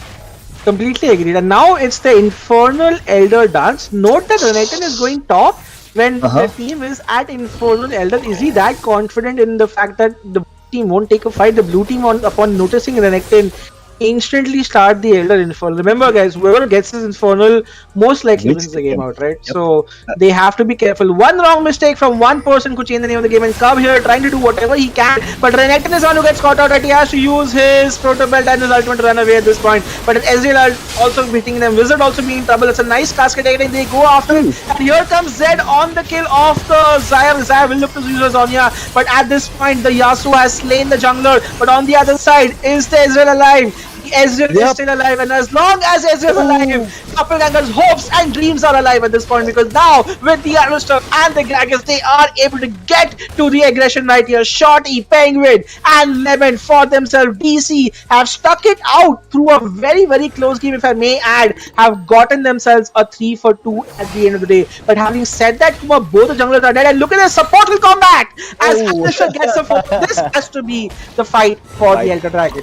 Yeah, and this is gonna be an easy Elder, plus they're gonna reset, go to the Baron, and that's game. Because if it was some other Elder buffs, right? Not the Inferno, but if it was some other, there might have been some small chances. I mean, this is the last Hail Mary. Renekton with his ultimate. Now, he's going after the Gragas, which I don't think is the right target. He should go after the Ezreal, but you know, in doing this, he's bought enough time for his team to come back, and the fact that now the blue team is low on HPs means that they have to go back and come back as well. The blue buff is on the Gragas, so he's going to be happy camper staying in this lane, but we still have a game on our hands. This is such a close game. I really don't know where to call it. I do feel, however, as long as Yes is alive, this game will always be in favor of Doppelganger crew. But having said that, you know, Arcwold are not making this game very easy on the side of DC as well. The game is still neck and neck. It's just an 800 gold difference. That counts for nothing at this point. And with the Red Scuttle as well, you know, they will know when the team fights start. And again, we have to wonder how will these team fights happen, Kuma, because all the team fights have gotten close, but it does look like DC are the ones who are winning most of these team fights. And then here's the thing, like Arcwold, they've picked up 2 Guardian Angels, both on Yasuo and Renekton, and we see 0 Guardian Angels coming out from Team Doppelganger. So this practically means that Arcwold are ready to go full all in, like it's do or die. Absolutely, and I'm looking forward to seeing what happens. You can see Gragas is ready. I have to commend the Gragas as well. I do feel Shorty's ultimates, or at least the disengages, have been really on point. Now, what they have done is they've Gragas is just bought teleport for themselves, so he's going to play a little bit of a split push game, which I don't think is a thing he should do. But regardless, to create some space and maybe opportunity, that's not a bad thing. Having said that, Wizard, I think, is going to be in trouble as well. The 2 GAs you said are definitely going to make a difference. The Elder Dragons Part 3, you know, starting again. Now Zed could be in trouble, and honestly, Zed tried to do what he can, but when you have a Zonya and an exhaust on the Xayah, right, it's going to be very hard for the Zed to do much. And this is where I feel there could be a difference in the team fight, right? The Zed's impact might not be that high, but look at this, Kuma, they're split pushing. Gragas is top and nobody's answering him. Yeah, and then I'm pretty sure they have information that even Gargas has This could be in trouble, like the knockup happens, the disengage is also there. Here comes the Gragas, but a bit too late. The jungler dies, but Ezreal survives, and the GA gets popped. GA number 1 gets popped, but can they stop this Ezreal onslaught? Bro, Ezreal is so strong in the current meta, and this is the power of him. Oh, the stun does land! Oh, the beautiful arcane shift from Ezreal at this point to make sure he doesn't get caught out, and then Ezreal as well. Oh, the Zonya survives! And DC, through the hands of their carry 11, have yet again survived the fight, but they have lost their jungler, so they can't really start the Dragonet again. It's a 2-for-1. Slowly and steadily, Kuma, both the GAs have also been popped. Yeah, both the GAs have been gone, and for their win condition has become really slim for Arcwold, because that was their moment to go all in or go home. And they tried their level best. Like I said, they have a Gargas and they have an Alistar who's just making sure that their Ezreal is not being touched. Like, props to Lemon as well. It's not the hero button, the people who's using it, right? The guy who's using it. And Lemon, I'm pretty sure everybody's going to remember this name tonight, because this is a beautiful play coming up. Absolutely. It's not just Ezreal, but I'm sure like all the team, like, you know, they're focused on Ezreal, trying to make sure they're safe. But then Ezreal, like, his positioning, the way he's using his arcane shift, his Zonya's timing, like. Yeah, but we could see a fight happening. Now, Cub, remember this kid. I have told you, this guy has known to make some miraculous steals, but he missed out a very bad snowball. Remember, it's still a Nuno though. Nuno has secured. They have to look to fight right here. Arcane shift used in a very different way, and Ezreal could be in trouble. Finally, a lot of praise we gave him. He ends up dying. 1100 gold shutdown, but not before they are able to get the Infernal Drake for themselves, but not before 4 of their teammates die. What is the play here? They can get Baron. Or can they end the game? This is going to be another no close and nail-biting finish. My lord, what a game we have on our hands. Yeah, I mean, honestly speaking, this game is still so close. Like, despite Doppelganger securing the Elder Bot, right? This is actually really close because this shows that, they can kill the Ezreal. They can if they go full in. But then there was actually a questionable arcane shift coming out from Ezreal. Like, that was the first time he missed position, and like I said, Caster's Curse. He was playing so well, he was positioning himself so well, but then in the last team fight, like, he arcane shift into the peak, and Yep. because of the and also Cup came in huge. He just went in straight ham, like he didn't give a damn about who is nearby, and he just used his ulti, and that was the end of the thing. Yeah, but through the miracle, like the solace that DC can take right now is the fact that they have the Elder Dragon, Exactly. which means if they're able to stop this Baron from Baron buff. taking 1 or 2 inhibitors, if they're able to just keep it to the outer turrets only, in the long run, I would do see DC coming out. And look at the game time, exactly. Kuma. It's a 24-minute game. Are we watching Wild Rift Mobile or LOL PC? I have to wonder at this point. True. Because this game does not want to stop right here. But with the Baron take, this is a crucial Baron hold. DC have to hold, Arc would have to push. Can they get the push going is something we have to see. I like the fact that they've done the 1-3-1 push, but Nunu could be in trouble. Look at the Zed on the Nunu as well. Nunu will still run it. Oh my lord, he's so darn tanky at this point.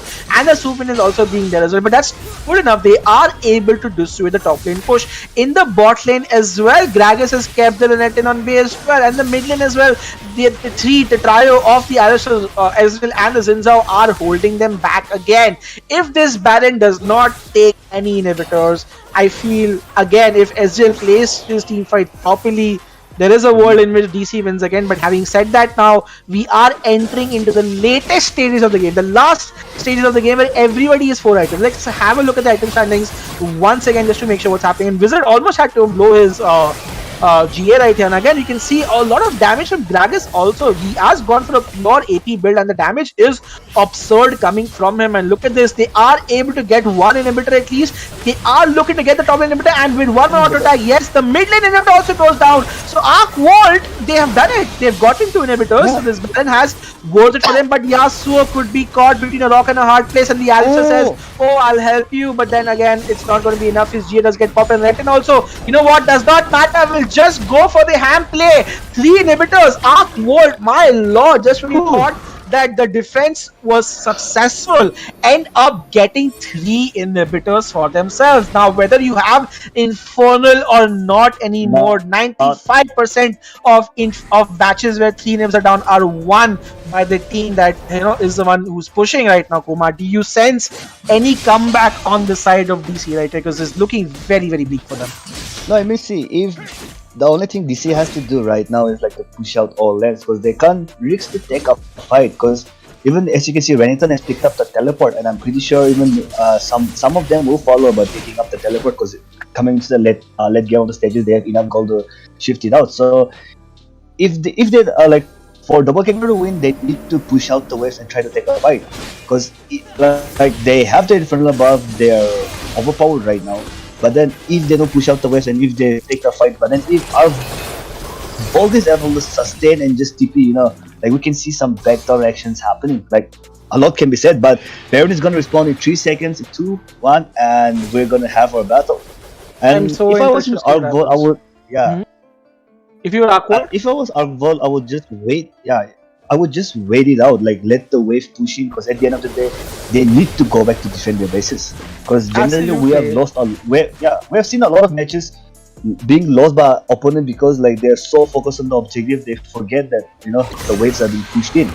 you can see another fight happening, and Shorty might be in trouble right here. There you go, the Dominus gets some, ends up getting used, has to flash in return from the Renekton as well. The stun does land, but it's not going to be enough as Shorty will die. The 1v1 is successful. The Baron starts, and like I told you, Renekton versus Gragas in the split push, Renekton will have all the advantage. It's on Wizard right now for the miraculous steal. The guy cannot even get inside the Baron gate right now, as the fact that Arc Vault are able to get the Baron, and they are looking for a fight, but the fight is not going to be enough. Ezreal might be the lone man surviving, but that one team fight where they lost that dragon, his one mistake, because he was the only one keeping his teammates alive at this point, right? Without him, the game was over long back.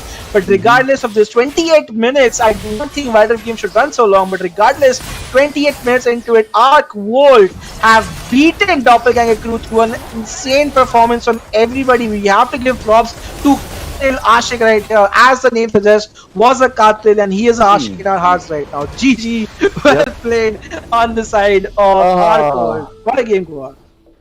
Yeah, I mean, like at the end of the day, what you said was right, though, because Renekton easily overpowered DC Shaudi on the Gargos. No matter how good of a player, Gargos player you might be, at the end of the day, Renekton is gonna come out on top no matter what, right? Yep. And that's what happened.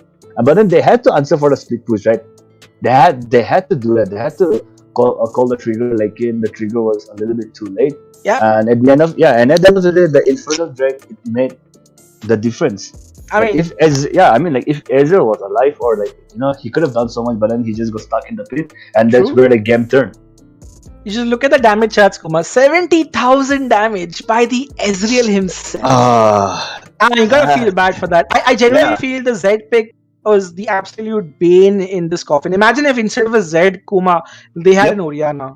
Yeah, or they had anybody else. Mage. Yeah, any sort of mage, right? Who could bring out like another 30k damage, right? This would have been a much different game. The Z honestly was not able to do much in this game as well. The fact that a Zaya can use her ultimate, can have Zonya, Z in the late game, unless you're playing split push, I think what they could have done was potentially send Z to split push against the Renekton and hopefully try something there. But after 5 items later, I just don't think nobody can beat it. Like that's inevitable though. Like Z at the end of the day, because here's the thing about Z, right? If you get kills early game and if you're able to snowball with that, then that's a sure victory. But then at the end of the day, coming into the late game, everybody's gonna have their Zonyas, everybody's gonna have a way, right? And even we say like, okay, Zonya has way more longer cooldown than Deathmark, but at the end of the day, if a Z gets bursted down when he's trying to do something, right? And as we have seen, like even on the mid game where he tried to go 1v4, he tried to go for those big plays, right? So that was like, I would say, I mean, overall, Zed is the kind of a champion who is only targeted, solo targeted based champion, right? And he wasn't able to do much. But if it, like you said, if there was an Orianna or if there was like a proper mage, then this game would have been different. Absolutely, and congratulations right here on the side of Doppelganger Crew, as they tried to do what they could, but Arcwood were the ones who made the victory happen. So congratulations to them. And that's it for the exhibition game, guys. But like I told you guys, wait for the end of the stream because we do have an exciting announcement for you guys. And I feel if my production guy Baba is ready, I think it's time for us to play the announcement. So guys, get started. Let's go.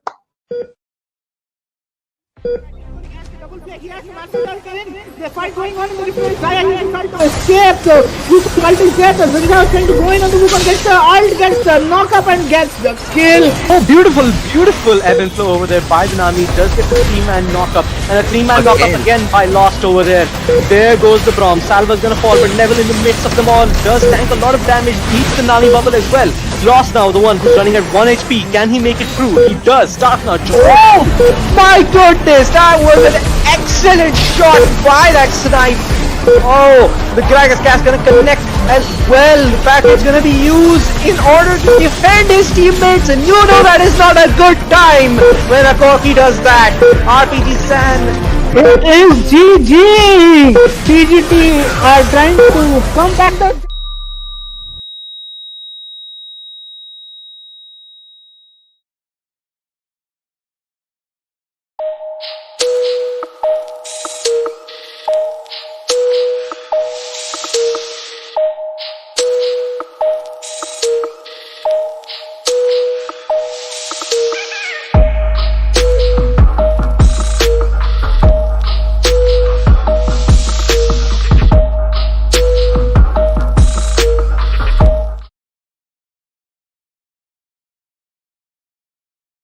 Awesome, guys.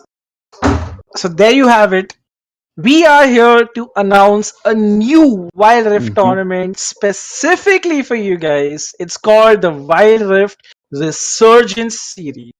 Now, obviously, the participation and the things are not as high as they once used to be, but we are committed to bring you guys events and tournaments for Wild Rift over the next 3 months. Right, so we are starting off with a very very cool tournament. It's called the Wild Rift Resurgence Series. It will have a prize pool of 5,000 rupees INR, and you make sure to register ASAP because we only have slots for 16 teams in this tournament. All the information about the tournament, the prize pool, the format, everything will be shared on the Wild Rift India Discord.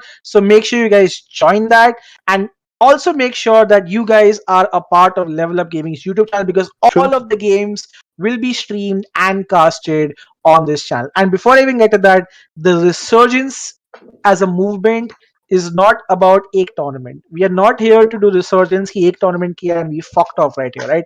We have a lot of things planned for the next 4 months for you guys. And when I say a lot of things planned, I definitely mean yes, tournaments every month guaranteed for you guys to be a part of, with prize pools to keep you interested, with great casting, broadcast, and good teams. And this will be open for residents of India and Bangladesh and Sri Lanka and Nepal. So everybody in the region can participate in this, right? And also for everybody who just likes to play Wild Rift casually, we have every month or so we will have new events coming out for you, which will not only be tournaments, it will be community related events. I cannot reveal more on that shortly, but make sure you guys are tuned into our Wild Rift India Discord, where the entire timeline for the next 3 months will be revealed to you. Wild Rift, you guys wanted something for us to do, and we are going to give it to you. The Yay, let's Resurgence go. series is going to go for the next 3 months, and I don't care at this point कि Wild Rift India server कब आएगा. I don't have the information. There is no announcement. Doesn't matter. This is only for those people who still enjoy playing Wild Rift and Hmm. just want to compete in tournaments. That's it. I am not here to make a statement.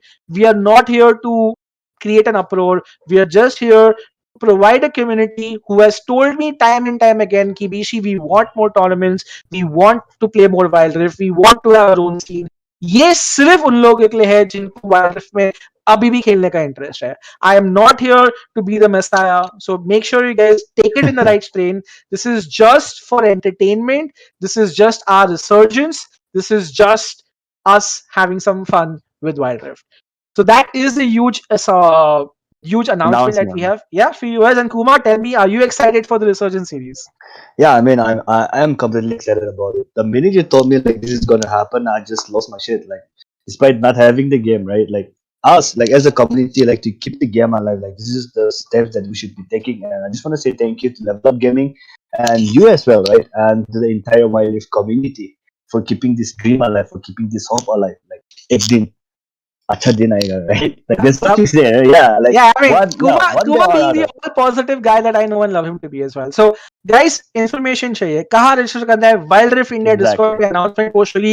एक registration form होगा आपके लिए. You can fill that up for your team as a captain or a manager, and you can send it to us. Remember, it is going to be first come, first serve. The moment we have 16 Mm-hmm. teams filled, we will not have any more additional slots. If you are an individual player, जिसको team ढूंढनी है, मैं Wild Rift खेलता हूँ, इनको team ढूंढनी है, come over to our Discord.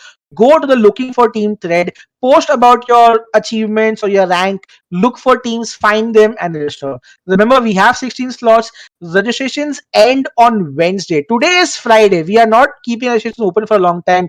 We are closing registration on the 2nd of February right here, right? So make sure you guys are looking to close that ASAP. The moment 16 slots get filled, ho chuka hai, right? So take this entire weekend, Saturday low, Sunday low, form your teams, participate, and you could be one of the lucky winners to win the team fight, right? The prize pool distribution will be 3,000 in favor of the first place team, 1,500 for the second place team, and 500 for the MVP of the tournament, right? So Mm-hmm. individual play को भी हम record करेंगे, and apart from that we will continue doing some cool giveaways for you on the stream as well. ये पूरा tournament will be broadcasted live on Level Up Gaming channel, so make sure if you haven't subscribed to do it Hey. right here as well. And Wild Rift Resurgence is happening in India. Circuit was a grand success, and I will make sure with Resurgence, everybody in Wild Rift India who wants to play has something cool for themselves as well. So that's it for the announcement, guys. Thank you so much for tuning in. We will see you guys very shortly, but until then, make sure you join the Wild Rift India Discord. All the information on the tournament and registrations will be posted right now. In fact, stream होने के बाद the post will be made, so keep an eye out on that. And from my side and Kuma's side, thank you so much for watching today's exhibition matches. all of these 6 teams are already registering for the tournament. That means there's only 10 slots left. So make sure you don't waste time and register ASAP. All right, guys. Thank you so much for Goodbye. watching. And Kumar, any last words as well before you go? Yeah. Thank you so much, everybody, for tuning in. And do make sure to subscribe to Level Up. And do make sure that you are on our Discord channel so that we can provide you with all the assistance that you guys need.